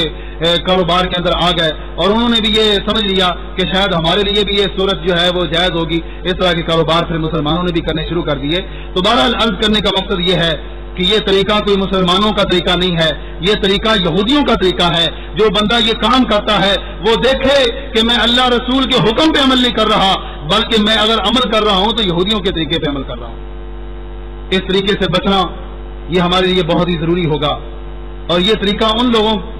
کی اس میں بہت بڑی دھاندلی ہے کہ جو لوگ کہتے ہیں کہ نبی علیہ السلام نے تو صرف اس وقت یہ قانون بتا دیے تھے، آپ کو تو دیوار کے پیچھے کا بھی علم نہیں تھا. تو آج کل کے جو نوجوان ہیں وہ سوچتے ہیں کہ اسلام تو ایک پرانا دین ہے، پرانا مذہب ہے، اور جدید جو سارے نظام آ رہے ہیں اس کا اسلام کے ساتھ کوئی تعلق ہی نہیں ہے. جب یہ سوچتے ہیں تو اس وقت وہ اپنی مرضی کے مطابق کاروبار شروع کر دیتے ہیں اور وہ سود کا کاروبار شروع ہو جاتا ہے. تو بہرحال اس میں بد مذہبوں کا بھی کردار ہے اور بد عملوں کا بھی کردار ہے. جب بد مذہب اور بد عمل اس کام کو ختم کریں گے تو اللہ رب العالمین پورے معاشرے کو امن اور سکون عطا فرما دے گا.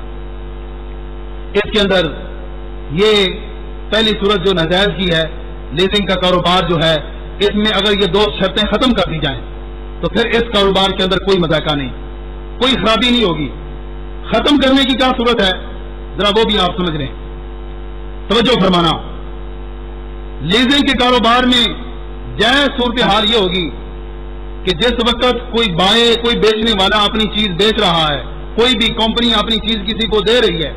تو اس کے لیے یہ ضروری ہوگا کہ اپنی اس چیز کے اوپر وہ قبضہ بھی دے دے. کسی نے اگر موٹر سائیکل خریدی ہے تو موٹر سائیکل کے اوپر قبضہ بھی دے دیا جائے اس کو اور مالکانہ حقوق بھی اس کو دے دیے جائیں. اب وہ کمپنی سوچے گی کہ اگر مالکانہ حقوق بھی دے دیں، قبضہ بھی دے دیں، ابھی تک پیسے تو اس نے ادا نہیں کیے، تو ہو سکتا ہے کہ وہ لے کر بھاگ جائے اور ہمیں اس کاروبار میں نقصان ہو جائے گا. اس کا شریعت نے طریقہ بتایا ہے. وہ طریقہ کار کیا ہے؟ طریقہ اس کا یہ ہے کہ جب اس صورت میں جب بندہ کوئی چیز بیچے گا تو وہ بطور رین کے کوئی چیز اس سے وصول کر سکتا ہے. یعنی اس کو یہ خریدنے والے کو یہ کہے کہ میرے پاس کوئی چیز گروی رکھ دو. اگر آج 50,000 کی موٹر سائیکل ہے تو 50,000 کی کوئی چیز بھی وہ اپنے پاس گروی رکھ لے، اپنے پاس رین رکھ لے کہ جب تم ہمارے قسطیں ادا کر دو گے اس وقت یہ تمہاری چیز تمہیں واپس کر دی جائے گی. اور اس کی اسلام نے اجازت دی ہے، گروی رکھنے کی اسلام کے اندر مکمل اجازت موجود ہے. اور اس کا ایک پورا مضمون استاد صاحب نے پچھلی مرتبہ بیان فرمایا تھا. یہ گروی رکھنے کے رین کے مسائل جو ہیں وہ آپ کیسے خریدیں اور اس کو سنیں، آپ کو پتہ چلے گا کہ اسلام نے اس چیز کی اجازت دی ہے کہ جب کوئی بندہ چیز بیچ رہا ہے لیکن اس کو مشتری پر، خریدنے والے کے پر اعتماد نہیں ہے کہ یہ میری قسطیں واپس کر دے گا، جب اعتماد نہ ہو تو اس وقت وہ خریدنے والے سے کوئی چیز بطور رین رکھ سکتا ہے، خواہ وہی چیز اس سے لے لے. ایک بار اس کو موٹر سائیکل کے اوپر قبضہ دینے کے بعد خواہ وہی موٹر سائیکل اس سے واپس لے لے کہ جب تم قسطیں ادا کر دو گے اس وقت یہ تمہاری چیز تمہیں دے دی جائے گی. یہ بطور رین خواہ وہی چیز لے لے یا کوئی اور چیز لے لے، جس وقت بطور رین ہم اس کو اپنے پاس رکھیں گے تو پھر اس کی ناجائز ہونے والی کوئی صورت نہیں رہتی. اس کے جائز ہونے والی صورت پہ اسلام نے مہر تصدیق لگائی ہے. اور دوسری چیز جو ہے وہ یہ ہے کہ اضافی ساتھ قسطیں جو شامل کر دی جاتی ہیں یا ساتھ سود ملا دیا جاتا ہے. جب کسی بندے سے کوئی قسط شارٹ ہو جاتی ہے یا تاخیر کر دیتا ہے تو ساتھ جو اضافی سود ملایا جاتا ہے اس کے ختم کرنے کا بھی ایک طریقہ ہے. توجہ فرمانا. ختم کرنے کے لیے ہم یہ انداز اختیار کر سکتے ہیں کہ نبی علیہ السلام کا جو فرمان ہے لَيُّ الْوَاجِدِ يُحِلُّ عُقُوبَتَهُ وَإِرْضَهُ، بخاری شریف کے اندر حدیث پاک موجود ہے. حضور علیہ السلام نے فرمایا کہ کوئی بندہ اگر اپنی قسطیں یا اپنا قرضہ وہ ادا کرنے کی طاقت رکھتا ہے لیکن پھر بھی وہ ادا نہیں کرتا تو حضور علیہ السلام فرماتے ہیں کہ اس مقروض کو قید بھی کیا جا سکتا ہے اور اس مقروض کو سزا بھی دی جا سکتی ہے. دو چیزوں کی شریعت نے اجازت دی ہے. نبی علیہ السلام نے فرمایا کہ مقروض پیسے ہونے کے باوجود بھی اپنا قرضہ وقت پہ ادا نہیں کرتا تو اس کو قید بھی کیا جا سکتا ہے اور اس کے اوپر تعزیر بھی لگائی جا سکتی ہے، جو کہ حق میں وقت کا کام ہے تو وہ اس کو تعزیر لگائے گا یا اس کو قید کر لے گا۔ تو اب صورتحال بالکل آپ کے سامنے آ گئی کہ اگر کسی کو اعتماد حاصل نہ بھی ہو تو وہ یہ طریقہ کار اختیار کر سکتا ہے، وہ اپنے خریدنے والے کو یہ کہے کہ بھائی اگر قسط ادا نہیں کرو گے تو پھر یہ شریعت نے اجازت دی ہے کہ تم پیسہ ہونے کے باوجود، اگر پیسہ نہ ہو تو پھر اسلام اور شریعت اس کے اوپر کوئی چیز لازم نہیں کرتی، وہ ایک علیحدہ بات ہے، لیکن اگر پیسہ ہے تو پھر بھی وہ نہیں دیتا تو اس کو قید بھی کروایا جا سکتا ہے اور اس کے اوپر تعزیری کارروائی بھی کی جا سکتی ہے۔ لیکن آج کل لوگ یہ سوچ سکتے ہیں کہ ہمارے ملک میں کون سا کوئی اسلامی قانون ہے، آج تو کسی کا کوئی قتل ہو جائے تو پولیس اس کی بات نہیں سنتی، تو چلے جائے کہ ایک معمولی سا کاروبار ہو اور اس کے لیے پولیس اس کی آواز سنے اور جو مقروض کو جا کے وہ قید کرے یا اس کے اوپر تعزیر لگائے۔ ایسی صورتحال تو ہمارے سامنے ہے ہی نہیں، کوئی بندہ بھی اعتراض کر سکتا ہے، یہ ذہنوں میں ایک سوال پیدا ہو سکتا ہے۔ میں مناسب سمجھتا ہوں کہ سارے دروازے بند کر دوں تاکہ اسلام کے اوپر جو جتنے بھی اعتراضات کرنے والے ہیں ان کو کوئی اعتراض باقی نہ رہے اور اسلام کی جو حقانیت ہے وہ ساری کھل کر سامنے آ جائے۔ تو میرے بھائیوں، اگر کسی کو یہ اعتراض ہے تو وہ یہ بھی تو سوچ سکتا ہے کہ ٹھیک ہے اسلامی نظام جو ہے وہ ہمارے ملک میں نہیں، لیکن وہ دوسری صورت اختیار کر لے کہ اس سے کوئی نہ کوئی چیز بطور رین کے رکھ لے، اور رین کے طور پہ کوئی چیز لینا اور کوئی چیز دینا یہ ناجائز نہیں ہے، یہ نبی علیہ السلام کی سنت سے ثابت ہے۔ دیکھو صحیح بخاری شریف کے اندر یہ حدیث پاک موجود ہے، حضرت عائشہ صدیقہ رضی اللہ عنہا فرماتی ہیں کہ نبی علیہ السلام نے ایک یہودی سے غلہ خریدا تھا۔ نبی علیہ السلام کا جب وصال مبارک ہوا تو وصال مبارک سے چند دن پہلے حضور السلام نے ایک یہودی سے غلہ خریدا اور اپنی زرہ مبارک جو لوہے کا لباس تھا جو آپ جنگوں میں پہنا کرتے تھے وہ اپنی زرہ مبارک آپ نے یہودی کے پاس جا کے گروی رکھ دی تھی، یہودی کو اس کے اوپر قبضہ دے دیا اور یہودی سے آپ نے غلہ خرید لیا۔ تو نبی علیہ السلام کے اس عمل مبارک سے ثابت ہے کہ چونکہ وہ یہودی تھا اس کو اعتماد نہیں تھا، کوئی دیوانہ ہوتا تو اپنا تن من دھن سب کچھ محبوب علیہ السلام پہ قربان کر دیتا، وہ یہودی تھا، اس کو کیا پتا تھا محبوب علیہ السلام کی عظمت کا۔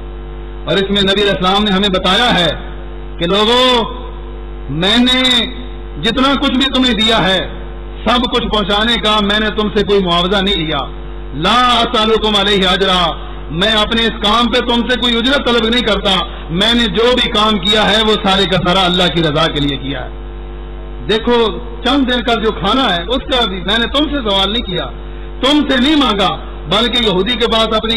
جو زرہ تھی وہ گروی رکھ کے اس سے کھانا حاصل کیا ہے، اور ہمارے لیے سنت قائم کر دی ہے کہ جب بھی کوئی دین کا کاروبار کرو، دین کا کوئی کام کرنے لگو تو اس میں کسی سے کوئی پیسے کی توقع نہ رکھو، اس کو اللہ کی رضا کے لیے کرو گے تو اللہ پاک اس کو قبول فرمائے گا۔ تو بہرحال اس حدیث پاک سے یہ ثابت ہوا کہ اگر کسی بیچنے والے کو اپنے گاہک پر یہ توقع نہیں ہے، اعتماد نہیں ہے کہ یہ مجھے واپس کر دے گا، تو اس سے کوئی نہ کوئی چیز وہ بطور رینج جو ہے وہ لے سکتا ہے، اور اس چیز کی اسلام نے اس کو اجازت دی ہے۔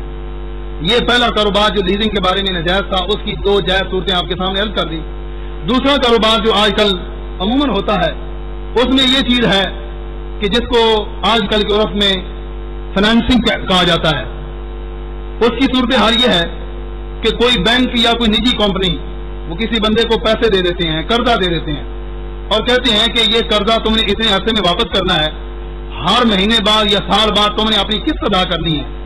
وہ قسط تم ادا کرتے رہو گے اور ہمارا قرضہ جو دیا ہوا ہے وہ واپس ہوتا رہے گا۔ تو وہ قسط جو لیتے ہیں وہ اس قرضے دیے ہوئے سے اضافی چیز حاصل کرتے ہیں، اور ساتھ یہ بھی شرط لگا دیتے ہیں کہ اگر تم نے کوئی قسط شارٹ کی یا تاخیر کر دی تو پھر تمہارے اوپر ڈبل تاوان ڈال دیا جائے گا، جرمانہ ڈال دیا جائے گا۔ اس کو فائنانسنگ کہا جاتا ہے، اور یہ کاروبار جو ہے اس کے ناجائز ہونے میں اور سود ہونے میں کسی کو کوئی شک و شبہ ہی نہیں ہو سکتا، کیونکہ اس میں براہ راست ایک پیسے کا کاروبار ہے، اور یہ آپ جانتے ہیں کہ پیسے کے کاروبار میں کوئی بندہ کسی کو پیسے دے کر وہ زیادہ اگر لیتا ہے تو وہ چیز ناجائز ہے، سود ہے، جس کا اللہ پاک نے قرآن مجید کے اندر ارشاد فرمایا احل اللہ البیع وحرم الربا، میں نے بیع کو حلال فرمایا ہے اور میں نے سود کو تمہارے لیے حرام فرمایا ہے۔ جب کفار کے سامنے یہ چیز پیش ہوئی کہ قرضے کے اندر بھی نفع حاصل کیا جاتا ہے اور بیع کے اندر بھی نفع ہوتا ہے، تو کفار نے یہ کہا کہ دونوں ایک جیسی چیزیں ہیں، قرضہ اور جو بیع ہے اس کے اندر کوئی فرق نہیں ہے، قرضہ بھی اسی طرح اس کے اندر بھی سود جو ہوتا ہے وہ نفع حاصل کیا جاتا ہے اور بیع کے اندر بھی نفع حاصل کیا جاتا ہے. تو اللہ تبارک و تعالیٰ نے فرمایا کہ ان لوگوں کو پتہ نہیں ہے, یہ سمجھتے ہیں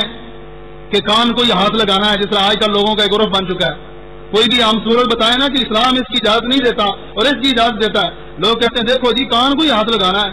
ادھر سے لگا لو یا ادھر سے لگا لو, کان کو یہ ہاتھ لگانا ہے. تو اللہ تبارک و تعالیٰ نے اس چیز کو واضح فرما دیا کہ میں جب تمہیں یہ کہہ رہا ہوں کہ بیع تمہارے لیے حلال ہے اور سود تمہارے لیے حرام ہے, جب تم میرا کلمہ پڑھتے ہو, جب تم مسلمان ہو, تو تمہیں سود کو چھوڑنا ہوگا اور بیع کو اختیار کرنا ہوگا. اور یہ کوئی کان کو ہاتھ لگانے والی بات نہیں ہے,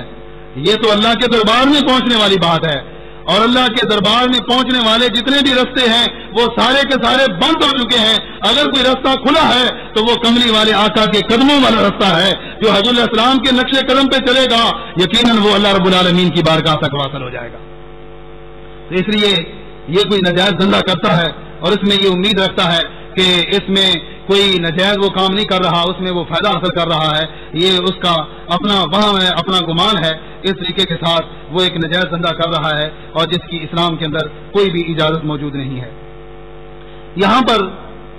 یہ بات بھی ایک پیش نظر رہے کہ قسطوں پہ کاروبار کے متعلق یہ انشورنس کا بھی ایک کام ہے, بیمہ پالیسی جس کو آپ کہہ دیں, کہ جب کوئی بندہ قرضہ وغیرہ لیتا ہے تو ساتھ اس کو انشورنس کا بھی مشورہ دے دیا جاتا ہے اور اس کو یہ بھی چیز لازم کر دی جاتی ہے. تو جب قسطوں کا کاروبار یہ جو بینکوں کے ذریعے ہوتا ہے, جب یہی نجائز ہے اور اس کے اوپر جو وہ اضافی شرط لگا رہے ہیں, جو انشورنس کا نام دے رہے ہیں, بیمہ پالیسی کا نام دے رہے ہیں, تو وہ بطریق اولا نجائز ہو جائے گا. اور جس کے نجائز ہونے پہ تو علماء اکرام نے مستقل کتابیں لکھی اور لوگوں کو آگاہ کیا کہ یہ بیمہ پالیسی یہ کوئی اسلام کے مطابق نہیں بلکہ یہ ایک سودی کاروبار ہے جس کی اسلام نے کبھی بھی اجازت نہیں دی ہے. علامہ غلام رسول سعیدی صاحب کی جو شرح صحیح مسلم ہے اس کے اندر تقریباً 200 صفحات انہوں نے بیمہ پالیسی کے اوپر لکھے ہیں اور اس کی ساری صورتیں انہوں نے نجائز قرار دی ہیں. لہذا قسطوں کے کاروبار میں کوئی اس طرح کی شرط لگاتا ہے انشورنس کی تو یہ بھی ساری نجائز صورتیں ہوں گی اور اسلام کے اندر اس کی ذرا برابر گنجائش نہیں ہوگی. اب اس مختصر سے خاکے میں آپ حضرات نے جو چیزیں سمجھی ہیں ان کا یہ لب لباب ہوگا کہ جب بندہ اسلام کے قانون کے مطابق کوئی چیز فروخت کرے اور فروخت کرنے کے بعد اپنے گاہک کو اس کے اوپر قبضہ بھی دے دے اور قبضہ دینے کے بعد کوئی کس چھانٹ ہونے پر اس سے وہ اضافے کا مطالبہ نہ کرے اور اس کے اوپر کوئی جرمانہ نہ لگائے تو یہ صورت بالکل جائز ہے, اسلام کے مطابق ہے. اور اگر وہ مالکانہ حقوق بھی اس کو نہیں دے گا اور اگر کس کے چھانٹ ہونے پر اس کا کے اوپر کوئی اضافی جرمانہ لگا دے گا, یہ صورت ناجائز ہوگی جس کی اسلام کے اندر قطعاً کوئی اجازت نہیں ہے. اب اس سلسلے میں آپ حضرات نے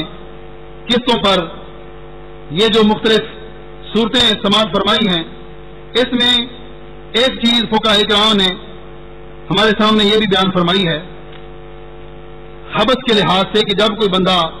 کوئی چیز ادا نہیں کرتا, قسطیں وہ ادا نہیں کرتا, تو کیا اس چیز کو واپس لیا جا سکتا ہے یا نہیں لیا جا سکتا. یعنی ایک بندے نے موٹر سائیکل خریدی ہے, موٹر سائیکل خریدنے کے بعد اس کی قسطیں ادا نہیں کرتا تو کیا بیچنے والا جو ہے وہ اس کی موٹر سائیکل کو واپس لے سکتا ہے یا نہیں لے سکتا. اس کے بارے میں فقہ حنفی کا بڑا ایک معتبر فتاویٰ ہے جس کو فتاویٰ ہندیہ کہا جاتا ہے, 500 علماء کرام نے مل کر جسے مرتب کیا. اس کے اندر یہ چیز موجود ہے کہ اگر یہ کاروبار نقد ہو رہا ہے تو نقد کی صورت میں تو بائع کو یہ اختیار حاصل ہے کہ وہ اس وقت اپنی چیز دے جب وہ اس پہ پیسے وصول کر لے. نقد کی صورت میں یہ اختیار حاصل ہے کہ اس وقت اپنی چیز ادا کرے کہ جس وقت وہ سارے پیسے وصول کر لے. لیکن جس وقت ادھار بیچے گا, فتاویٰ ہندیہ کے اندر, مبسوط سختی کے اندر, دیگر فقہ حنفی کی کتابوں میں موجود ہے کہ جب کوئی بندہ ادھار اپنی چیز دے رہا ہو تو اس وقت وہ چیز جو اس نے ادھار دے دی ہے اگر قسطیں ادا نہیں کی جاتی تو وہ چیز اسے واپس نہیں لے سکتا. موٹر سائیکل اس نے ادھار دی ہے لیکن موٹر سائیکل لینے والا قسطیں ادا نہیں کر رہا تو اب وہ چیز جو موٹر سائیکل ہے وہ بندہ واپس نہیں لے سکتا. اگر وہ کرے گا تو یہی صورت حال اختیار کر سکتا ہے کہ وہ اس کو تعزیری کارروائی کروا سکتا ہے یا اس کو جیل میں بند کروا سکتا ہے یا اس کے اوپر جو رین وغیرہ ہے اس کا کوئی مطالبہ کر سکتا ہے, اور باقی جو نجائز دھندے ہیں اس کا کسی قسم کا وہ مطالبہ نہیں کر سکتا, اور اسلام نے اس چیز کی مکمل اجازت نہیں دی ہے. آخری بات اس سلسلے میں نے آپ کے سامنے یہ عرض کرنی ہے, تقریباً 1 گھنٹہ ہو گیا آپ حضرات نے بڑے ذوق اور شوق کے ساتھ اس موضوع کو سماعت کیا. اللہ تعالیٰ آپ کے ذوق و شوق کو سلامت رکھے. میں مزید یہی امید کرتا ہوں کہ آپ حضرات اس کو یاد بھی رکھیں گے اور آگے پہنچائیں گے بھی صحیح. اور اگر کوئی بندہ اس کاروبار میں شریک ہوتا ہے اور اس طرح کا دھندا کرتا ہے تو وہ اس سے اپنی جان چھڑائے اور جو اسلام کے اندر جائز اور مناسب طریقہ بے کا ہے اس کو اختیار کرے. اللہ پاک ہمیں اس بارے میں عمل کی بھی توفیق عطا فرمائے. آخری بات اس سلسلے میں یہ ہے کہ اگر کوئی بندہ قسطوں پہ کوئی چیز لے لیتا ہے اور لینے کے بعد وہ فوت ہو جاتا ہے تو اب اس کا کیا کیا جائے گا؟ جو قسطیں اس کے ذمہ باقی ہیں اس کا کیا کیا جائے گا؟ اس کے بارے میں فقہ حنفی اور فقہ مالکی اور فقہ حنبلی تینوں فقہوں کے اندر یہ چیز موجود ہے کہ جب بندہ فوت ہو جائے اور مقروض ہو تو اس وقت قسطوں میں کوئی مہلت نہیں ہوتی. اس وقت اس کا وہ قرضہ فوراً ادا کرنا ضروری ہو جاتا ہے. فوراً وہ قرضے کی ادائیگی ضروری ہو جاتی ہے. مثال کے طور پہ ایک بندے نے ایک چیز 50,000 کی خریدی ہوئی ہے. 50,000 کی چیز خریدنے کے بعد وہ بندہ فوت ہو گیا. قسطوں پر اس نے اس کی قیمت ادا کرنی تھی. اس کے فوت ہونے کے بعد فقہاء کرام لکھتے ہیں کہ جب بندہ فوت ہو جائے تو اس کے ذمہ جتنا بھی قرض ہو اس کی ساری تاخیر ختم ہو جاتی ہے اور ورثاء کو وہ قرضہ ادا کرنا فوراً لازم اور ضروری ہو جاتا ہے. اس سے آپ اندازہ یہ بھی لگائیں کہ یہ جو قرض لوگ لیتے ہیں اور قسطوں کا کاروبار قرض کی صورت میں کرتے ہیں ان کو یہ بھی سوچنا چاہیے کہ اگر ہماری اس حالت میں موت آ گئی تو ہمارے ورثاء پتہ نہیں ہمارا قرضہ ادا کریں گے یا نہیں کریں گے اور ہمارے ساتھ آگے کیا حشر ہوگا. اس لیے میں آپ سے بار بار یہ عرض کر رہا ہوں کہ بہتر صورتحال یہی ہے کہ اس ادھار سے بچا جائے, اس قرض سے بچا جائے. نقد پیسے پاس موجود ہیں تو چیز لے لیں, اگر نقد موجود نہیں ہے تو ادھار سے بچیں. لیکن دل فرض پھر بھی کوئی مجبور ہو کر یہ کرتا ہے تو اس صورت میں کرے کہ اس کو یقین حاصل ہو کہ میں یا تو خود قسطیں ادا کر دوں گا, اگر خود ادا نہ بھی کر سکا تو میرے ورثاء جو ہیں وہ یقیناً اس کی ادائیگی کر دیں گے. اور اس بارے میں آپ نے استاد صاحب کا جو موضوع ہے وصیت کے احکام وہ آپ نے سارا سنا ہوگا کہ بندے کے اوپر یہ فرض ہو جاتا ہے کہ اگر بندے کے اوپر قرضہ موجود ہے تو وہ اپنے لیے یہ چیز لازم کر لے کہ میرے اوپر وصیت کرنا فرض ہے کہ میرے ورثاء میرے مرنے کے بعد میرا سارا قرضہ ادا کر دیں گے اور قرضہ ادا کرنے کے بعد باقی جو وراثت بچے گی باقی وراثت کے میرے ورثاء جو ہیں وہ حقدار ہوں گے. اس صورت میں وصیت کرنا بندے کے اوپر فرض ہو جاتا ہے. تو یہ چند ایک شکیں تھیں جو مختصر انداز میں نے آپ کے سامنے عرض کی. مالک حقیقی بارگاہ میں یہ التجا ہے کہ اللہ پاک ہمیں اس کے مطابق عمل کرنے کی توفیق عطا فرمائے. اب اس سے وہ سوال و جواب کی نشست کا بھی اشتہار کے اوپر دیا ہوا تھا, سوال جواب بھی اس میں ہوں گے. تو اگر کوئی اس طرح کی صورتحال نہیں ہے تو پھر ہم آج کا کاروبار قسطوں کے کاروبار پر ہی ہم آج کا یہ موضوع ختم کرتے ہیں. لیکن یہ ایک صاحب نے سوال پوچھا ہے, علیون کا مطلب قرآن کی روشنی میں واضح فرمائیے. قرآن مجید فرقان حمید کی 30ویں پارے میں سورہ مطففین کے اندر اللہ تعالیٰ ارشاد فرماتا ہے وما ادراک ما علیون کتاب مرقوم یشہد المقربون. اللہ پاک فرماتا ہے کہ علیون وہ کیا چیز ہے؟ کتاب مرقوم, وہ ایک لکھی ہوئی کتاب ہے. یشہد المقربون کہ جس کے اوپر ہر وقت قریبی جو ہیں وہ پہرا دیتے رہتے ہیں. یہ علیون یہ ایک مقام ہے. ایک مفسرین نے فرمایا کہ ایک جگہ کا نام ہے کہ جب بندہ فوت ہو جاتا ہے تو فوت ہونے کے بعد وہ بندہ اس مقام پہ پہنچ جاتا ہے جو علیون کا مقام اللہ پاک نے اس کے لیے بنایا. اگر وہ بندہ نیک ہے تو اس کی روح کو علیین کے اندر جگہ دی جاتی ہے, اور اگر وہ بندہ برا ہے تو اس کو پھر سجین کے اندر جگہ دی جاتی ہے. تو یہ روحوں کا مقام ہے. فوت ہونے کے بعد روحیں اس مقام پہ ٹھہرتی ہیں اور ان کو وہاں پہ جا کر قرار ملتا ہے. تو اس کا یہ مطلب نہیں ہے کہ کوئی بندہ یہ سمجھ لے کہ شاید روحیں وہاں چلی جاتی ہیں جو علیین کا ایک مقام ہے جو جنت کے قریب ہے, شاید روحیں وہاں ہوتی ہیں اور جسم کے ساتھ اس کا کوئی تعلق نہیں ہوتا. آج کل ایک یہ بھی فرقہ نکلا ہوا ہے, کہتے ہیں کہ روحیں تو وہاں چلی گئی اور جسم یہاں ہے, جسم کے اندر زندگی نہیں ہوتی, زندگی صرف روح کے اندر ہوتی ہے. تو یہ میری بات آپ غور سے سنیں کہ علیون کے اندر روح چلی جاتی ہے لیکن پھر بھی روح کا بدن کے ساتھ تعلق ضرور موجود ہوتا ہے. روح کے ساتھ بدن کے ساتھ روح کا تعلق آپس میں موجود ہوتا ہے. نبی علیہ السلام ارشاد فرماتے ہیں کہ جب بندہ فوت ہو جاتا ہے تو اس وقت فرشتے آتے ہیں، وہ اس کو اٹھا کے بٹھاتے ہیں، اس سے سوالات کرتے ہیں. تو اگر روح کا جسم کے ساتھ تعلق ہی نہیں ہے تو وہ بٹھاتے کیسے ہیں، پھر سوالات کہتے ہیں، جوابات کہتے ہیں. یا بندہ جب سلام پیش کرتا ہے قبور کو جا کر اہل قبور کو سلام پیش کرتا ہے تو وہ جواب کیسے دیتے ہیں؟ تو پتہ چلا کہ ان روحوں کا ان قبر والوں کے ساتھ تعلق بھی ہوتا ہے اور نیک روحوں کا علیین کے اندر بھی مقام ہوتا ہے.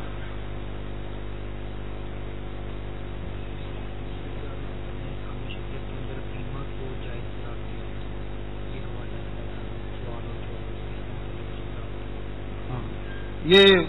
محترم نے پوچھا ہے احکام شریعت کے حوالے سے کہ اعلیٰ رحمۃ اللہ علیہ نے احکام شریعت میں بیمہ کو جائز قرار دیا ہے اور ساتھ یہ کتاب بھی بطور حوالہ پیش کی ہے. یہ احکام شریعت کے بارے میں سب سے پہلی بات آپ یہ پیش نظر رکھیں، مولانا نعیم الدین مراد آبادی رحمۃ اللہ علیہ جو اعلیٰ رحمۃ اللہ علیہ کے شاگرد ہیں، اور مولانا احمد یار خان نعیمی رحمۃ اللہ علیہ جو ان کے شاگردوں کے شاگرد ہیں، انہوں نے اس چیز کی وضاحت فرمائی ہے کہ یہ جو احکام شریعت کتاب ہے یہ اعلیٰ حضرت رحمۃ اللہ علیہ کی کتاب نہیں ہے، یہ کسی نے ویسے لکھ کر ان کی طرف منسوب کر دی ہے. یہ اعلیٰ حضرت رحمۃ اللہ علیہ کی کتاب ہی نہیں، ان کے جو شاگرد ہیں اور ان کے پاس ہر وقت بیٹھنے والے پڑھنے والے وہ اس چیز کا اظہار کر رہے ہیں کہ یہ اعلیٰ حضرت رحمۃ اللہ علیہ کی کتاب نہیں ہے. ہو سکتا ہے کوئی چند مسائل ان کے ہوں اپنے اور اس کی وجہ سے کسی نے ان کی طرف منسوب کر دی ہو، لیکن بالکل بیانی حرف بحرف یہ کتاب آپ کی نہیں ہے، یہ کسی نے لکھ کر آپ کی طرف منسوب کر دی ہے. اور اس طرح لوگ کرتے رہتے ہیں. حضور سیدنا غوث اعظم رضی اللہ تعالیٰ کی طرف اتنی کتابیں لوگوں نے منسوب کر دی، یہ بنیاد الطالبین وغیرہ اور اس طرح کی کتابیں، حالانکہ محدثین کہہ رہے ہیں کہ یہ ان کی کتابیں ہی نہیں ہیں، بعض والوں نے لکھ کر ان کی طرف منسوب کر دی. پہلا جواب تو اس بات کا یہ ہے. اور دوسری بات یہ ہے کہ فتاوی رضویہ شریف جو آپ کی بڑی مستند کتاب ہے، جس کے اعلیٰ حضرت کی کتاب ہونے کے میں کسی کو کوئی شک نہیں ہے. فتاوی رضویہ شریف کے 3 مقامات پر میں نے خود اپنی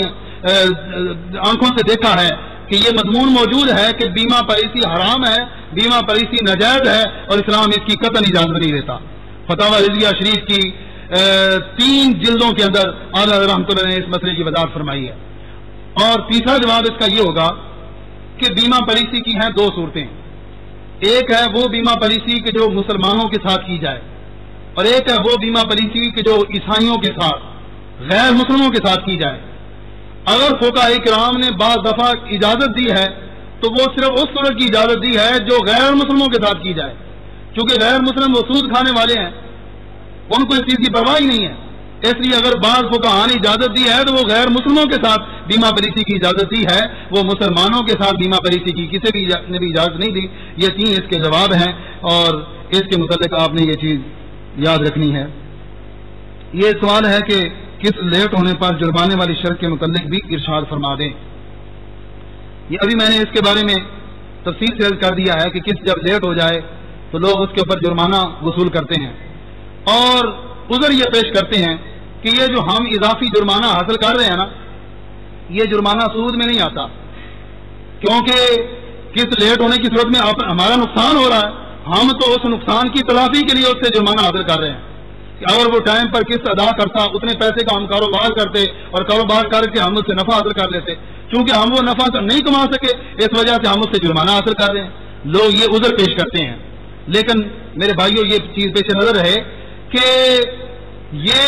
ایک ایسی صورت ہے کہ جس میں نفع اپنا یقینی بنایا جا رہا ہے. جب بندہ کوئی ٹائم پہ قسط دے دے اور اس پہ پھر آگے کاروبار کیا جائے تو اس میں نفع یقینی نہیں ہے. ہو سکتا ہے نفع ہو یا نہ ہو، لیکن جب کوئی بندہ جرمانہ لگا رہا ہے تو وہ نفع یقینی طور پہ حاصل کر رہا ہے. تو جب کوئی بندہ قرض کی صورت میں یقینی طور پہ نفع والی صورت اختیار کرتا ہے تو وہ صورت ناجائز ہو جاتی ہے، اور وہ جرمانے والی صورت وہ بھی ناجائز ہوگی جس کو فقہاء کرام نے صراحت کے ساتھ ناجائز قرار دیا ہے. اور دوسری بات یہ بھی پیش نظر ہے کہ کیا یہ کاروبار سارا جو ادھار کا ہے یہ نبی علیہ السلام کے مقدس زمانے میں نہیں ہوتا تھا، صحابہ کرام کے زمانے میں ہوتا تھا، حضرت اسلام کے زمانے میں ہوتا تھا. اس کے باوجود نہ نبی علیہ السلام نے اس کے جرمانے کی صورت کو بیان فرمایا اور اس کی اجازت دی ہے، نہ صحابہ کرام نے اجازت دی ہے. جب نبی علیہ السلام کے زمانہ پاک میں اس طرح کا کاروبار ہوتا رہا اور جرمانے کی اجازت نہیں دی گئی تو پتہ چلا کہ آج بھی جرمانے کی اجازت نہیں ہوگی اور جرمانہ لینا یہ سود کے زمرے میں آئے گا. جی یہ انٹرنیٹ سے کسی نے سوال کیا ہے کہ کسی چیز کو خریدا اور پسند نہ آنے پر کسی وجہ سے واپس کرنے کی کوشش کی تو دکاندار واپس کرنے پر کچھ پیسے کاٹ لیتا ہے، تو یہ کیسا ہے؟ یہ ایک کاروبار ہے، خرید و فروخت ہے، کہ جس میں یا تو خریدتے وقت مشتری جو ہے خریدنے والا وہ یہ کہہ دے کہ مجھے بھائی اختیار حاصل ہے، خیار رویت حاصل ہے۔ خیار رویت یہ ہوتا ہے کہ جب تک میں چیز کو اچھی طرح دیکھ نہ لوں اس وقت تک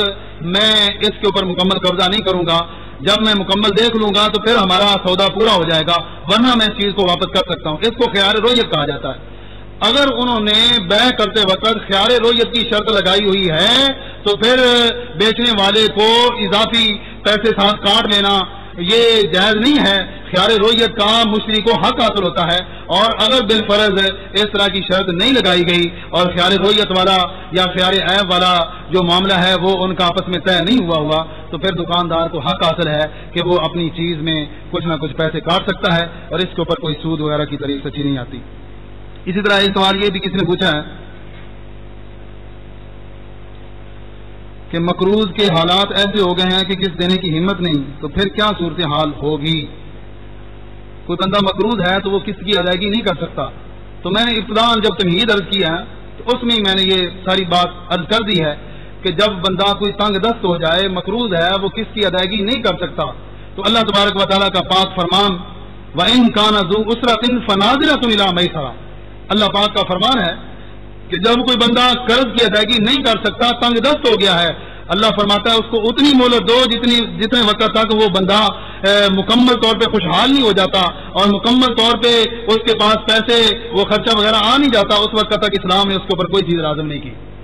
اسلام نے اس کو مہلت دی ہے کہ وہ بندہ اتنے دیر تک چھٹکارا حاصل کر سکتا ہے، اور اگر بالفرض اس کے پاس پیسہ موجود ہے اور پھر بھی وہ ادا نہیں کرتا تو اس کے بارے میں فقہاء کرام کہتے ہیں کہ حاکم وقت کو یہ حق حاصل ہے کہ اس کا وہ سارا مال نیلام کر لے، اور جتنے بھی اس کے قرض خواہ ہیں وہ سب قرض خواہوں کو ان کا حصہ جو ہے وہ ادا کر دیا جائے گا، اور اگر اس کے پاس کوئی بھی پیسہ نہیں ہے تو پھر اسلام نے اس کے اوپر کوئی چیز لازم نہیں کی ہے۔ یہ سوال کسی نے پوچھا ہے کہ نماز کی حالت میں موبائل پہ اگر ٹون چل جائے تو نماز بند کرنا کیسا ہے؟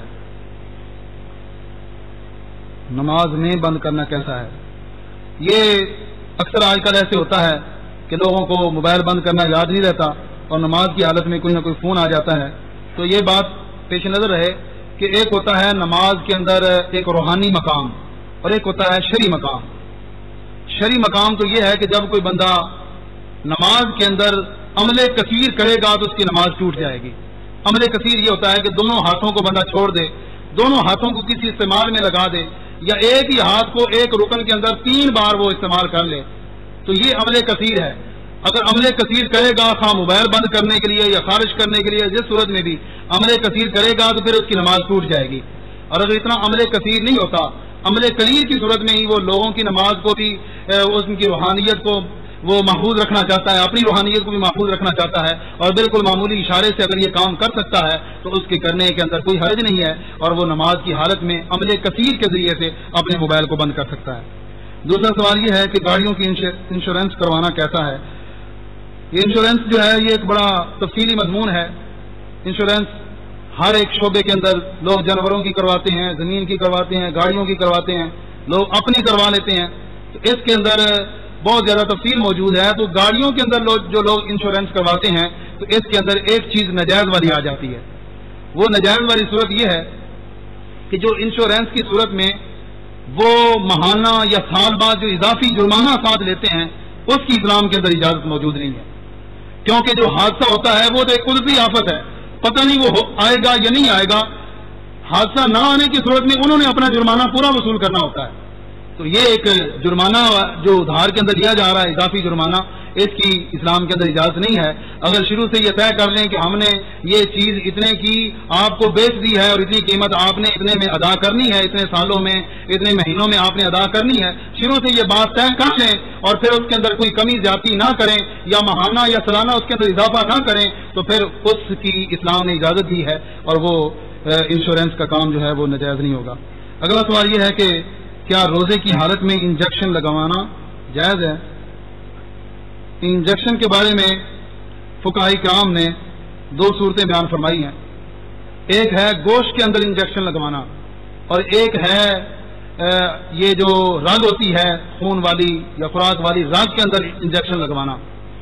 رگ کے اندر جو انجیکشن لگوایا جاتا ہے اس کے بارے میں فقہاء کرام فرماتے ہیں کہ روزہ بندے کا ٹوٹ جاتا ہے، کیونکہ رگوں کا جو ہے وہ بندے کے معدے کے ساتھ، پیٹ کے ساتھ تعلق ہوتا ہے. تو جب بھی کوئی چیز بندے کے جسم میں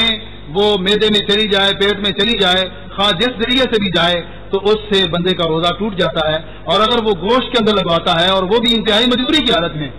مجبوری کے بغیر لگوانا تو بالکل ہی جائز نہیں ہے نا. کوئی کسی کو مجبوری ہے اور وہ گوشت کے اندر انجیکشن لگوا لیتا ہے تو اس کے اندر کوئی حرج نہیں ہے، کیونکہ گوشت کی صورت میں وہ جو انجیکشن کا اثر ہے یا اس کی جو دوائی ہے وہ پیٹ کے اندر نہیں جائے گی، اور اس کی وجہ سے وہ روزہ اس کا نہیں ٹوٹے گا، روزہ اس کو برقرار رہے گا. اعلان سماعت فرمائیں. کل انشاءاللہ العزیز قائد محترم مفکر اسلام ڈاکٹر محمد اشرف آصف جلالی صاحب آپ تشریف لائیں گے اور خطاب فرمائیں گے. ہمارے آج کے پروگرام کے میزبان جناب حافظ محمد فرق شہزاد سیالوی صاحب ہیں. انہوں نے یہ پروگرام شیخ الاسلام حضرت خواجہ پیر قمر الدین سیالوی صاحب رحمۃ اللہ تعالی علیہ ان کے بلندی درجات کے لیے اور ان کے صالح ثواب کے لیے اور اپنے دادا جان اور عزیز و اقارب کے صالح ثواب کے لیے آج کے پروگرام کی میزبانی کا شرف حاصل کیا ہے. اور قبر اور بت میں فرق، یہ قبلہ ڈاکٹر صاحب نے جو بیان فرمایا تھا جس دن بہت شدید بارش تھی، یہ اس دن کی ریکارڈنگ جو ہے وہ آ چکی ہے. اور شرمگاہ کی حفاظت، یہ دونوں پروگراموں کی ریکارڈنگ کی CD باہر اسٹال پر موجود ہے، یہ ذاتی دفعہ خرید فرمائیں.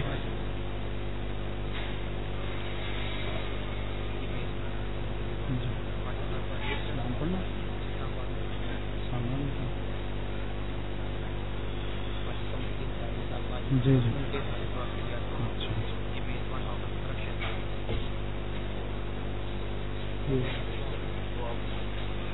دعا فرمائیں.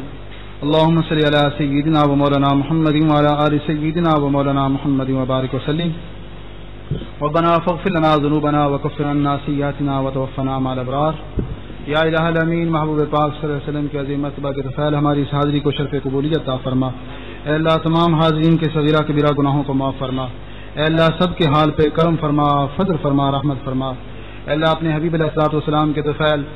جتنے بھی سامعین دور دراز سے قرب و جوار سے چل کے آئے ہیں، اللہ سب کو قدم قدم پہ لاکھوں ثواب عطا فرما، سب کو حظ غافر عطا فرما. اے اللہ اپنے محبوب پاک صلی اللہ علیہ وسلم کے طفیل ہم سب کے جتنے بھی گناہ ہو چکے ہیں، جتنی بھی غلطیاں ہیں، خطائیں ہیں، اللہ مغفرت کا عشرہ اپنے محبوب کے صدقے ہماری ساری غلطیوں کو معاف فرما، اور آئندہ ہمیں ہر قسم کی نیکی کرنے کی توفیق عطا فرما، ہر قسم کی برائی سے بچنے کی توفیق عطا فرما. اے اللہ خصوص بالخصوص آج کے اس پروگرام میں جنہوں نے انتظام کیا وہ محترم جناب فرق شہزاد صاحب سیالوی دامت برکاتہم القدسیہ، وہ دعا کروانا چاہتے ہیں حضرت خواجہ قمر الدین سیالوی رحمۃ اللہ علیہ جن کا آج عرس مبارک ہے. اے اللہ ہم سب دعا کرتے ہیں کہ حضور خواجہ شمس الاسلام خواجہ قمر الدین سیالوی رحمۃ اللہ علیہ ان کے درجات میں مزید ترقی عطا فرما اور ان کا فیض ہمیں زیادہ سے زیادہ عطا فرما. بندہ ناچیز کو بھی 3 سال کا عرصہ وہاں ان کے قدموں میں حاضری کا شرف حاصل ہوا ہے اور وہاں پڑھتا رہا ہوں. اے اللہ ہمارا وہاں پہ پڑھنا پڑھانا اور ان کے فیض میں جو کچھ بھی ملا اے اللہ اس کو مزید آگے پھیلانے کی توفیق عطا فرما، اس کے اندر مزید برکتیں عطا فرما. خواجہ قمر الدین سیالوی رحمۃ اللہ علیہ کا جو فیضان ہے وہ زیادہ سے زیادہ ہمیں عطا فرما. اے اللہ اپنے حبیب کریم صلی اللہ علیہ وسلم کے عظیم مرتبہ کے طفیل اس خانوادہ کے جتنے بھی عزیز اور جتنے بھی بزرگان دین وہ دنیا سے تشریف لے جا چکے ہیں، اللہ سب کا فیضان ہمیں زیادہ سے زیادہ عطا فرما. خواجہ حضور اعلیٰ حضرت خواجہ شمس الدین سیالوی رحمۃ اللہ علیہ، حضور خواجہ ضیاء الدین رحمۃ اللہ علیہ، حضور خواجہ قمر الدین سیالوی رحمۃ اللہ علیہ، اے اللہ ان کے درجات میں مزید ترقی عطا فرما، ان کو جنت الفردوس میں اعلیٰ مقام عطا فرما اور ہمیں بھی ان کے نقش قدم پہ چلنے کی توفیق عطا فرما. اے اللہ اپنے محبوب علیہ الصلوۃ والسلام کی طفیل ہمیں ہمیشہ حلال لقمہ کھانے کی توفیق عطا فرما، ہمیشہ حرام سے بچنے کی توفیق عطا فرما. اے اللہ ہمارے ملک پاکستان کی حفاظت فرما، ملک پاکستان کو اندرونی بیرونی خطرات سے محفوظ فرما. اے اللہ اپنے محبوب علیہ الصلوۃ والسلام کے طفیل ہمارے مسلمان بھائی جو سلاب کا شکار ہیں ان کو سلاب سے چھٹکارا عطا فرما، سلاب سے نجات عطا فرما. جو بے یار و مددگار ہیں اللہ ان کی مدد فرما. اے اللہ اپنے حبیب علیہ الصلوۃ والسلام کے طفیل عالمی اسلام کا بول بالا فرما، عالمی اسلام کو مزید ترقی عطا فرما، عالم اسلام کو سیدنا فاروق اعظم رضی اللہ تعالیٰ عنہ کی سیرت پہ عمل کرنے والا حکمران عطا فرما۔ یا الہی ہر جگہ تیری عطا کا ساتھ ہو، جب پڑے مشکل چاہے مشکل کشا کا ساتھ ہو۔ یا الہی بھول جائیں نزا کی تکلیف کو، شادی دیدار حسن مصطفیٰ کا ساتھ ہو۔ یا الہی جب سرے شمشیر پر چلنا پڑے رب سلم کہنے والے غم زدہ کا ساتھ ہو۔ یا الہی نامہ اعمال جب کھلنے لگے اے پوشے خلق ستار خطا کا ساتھ ہو۔ یا الہ العالمین ہم جو کچھ تجھ سے مانگ سکے ہیں اللہ اس کو بھی عطا فرما، اور جو نہیں مانگ سکے ہمارے لیے بہتر ہے وہ بھی ہمیں عطا فرما۔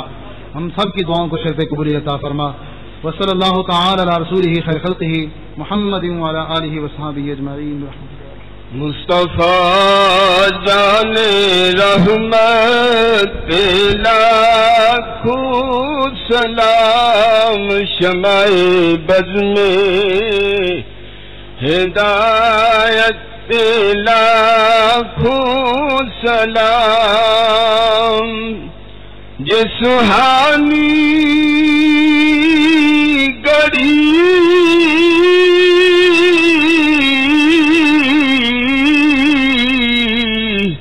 چمکت باغ چاند، جس سہانی گڑی چمکت باغ چاند، اس دل افروزی ساعت لاکھ سلام، مصطفیٰ جان رحمت لاکھوں سلام، شمع بز میں لاکھوں سلام، شب اسرا کے دولا دائم درود، شب اسرا کے دولا پہ دائم درود، نوشائے بز میں جنت پہ لاکھوں سلام، مصطفیٰ جانے لاکھوں سلام، شمع بز میں ہدایت کو سلام، دل سمجھ سے ورا ہے مگر یوں کہوں، دل سمجھ سے ورا ہے مگر یوں کہوں، چاہے راز وحدت لاکھوں سلام، مصطفیٰ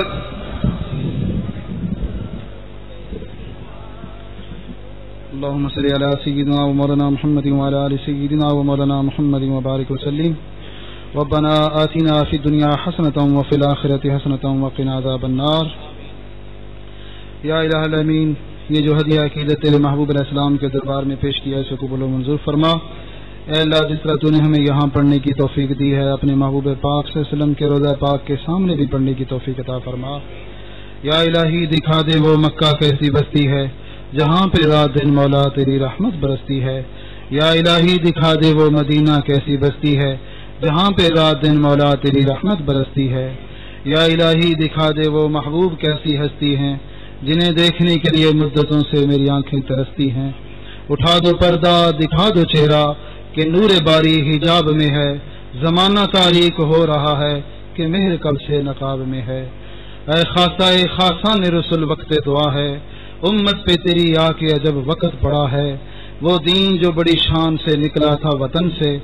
پردیس میں آ جا کے غریب الغربا ہے۔ جس دین نے آ کے دل غیروں کے تھے ملائے، اس دین میں آج بھائی بھی بھائی سے جدا ہے۔ یا رسول اللہ انظر حالنا، یا حبیب اللہ اسمع قالنا، اننا فی بحر ہم مغرق،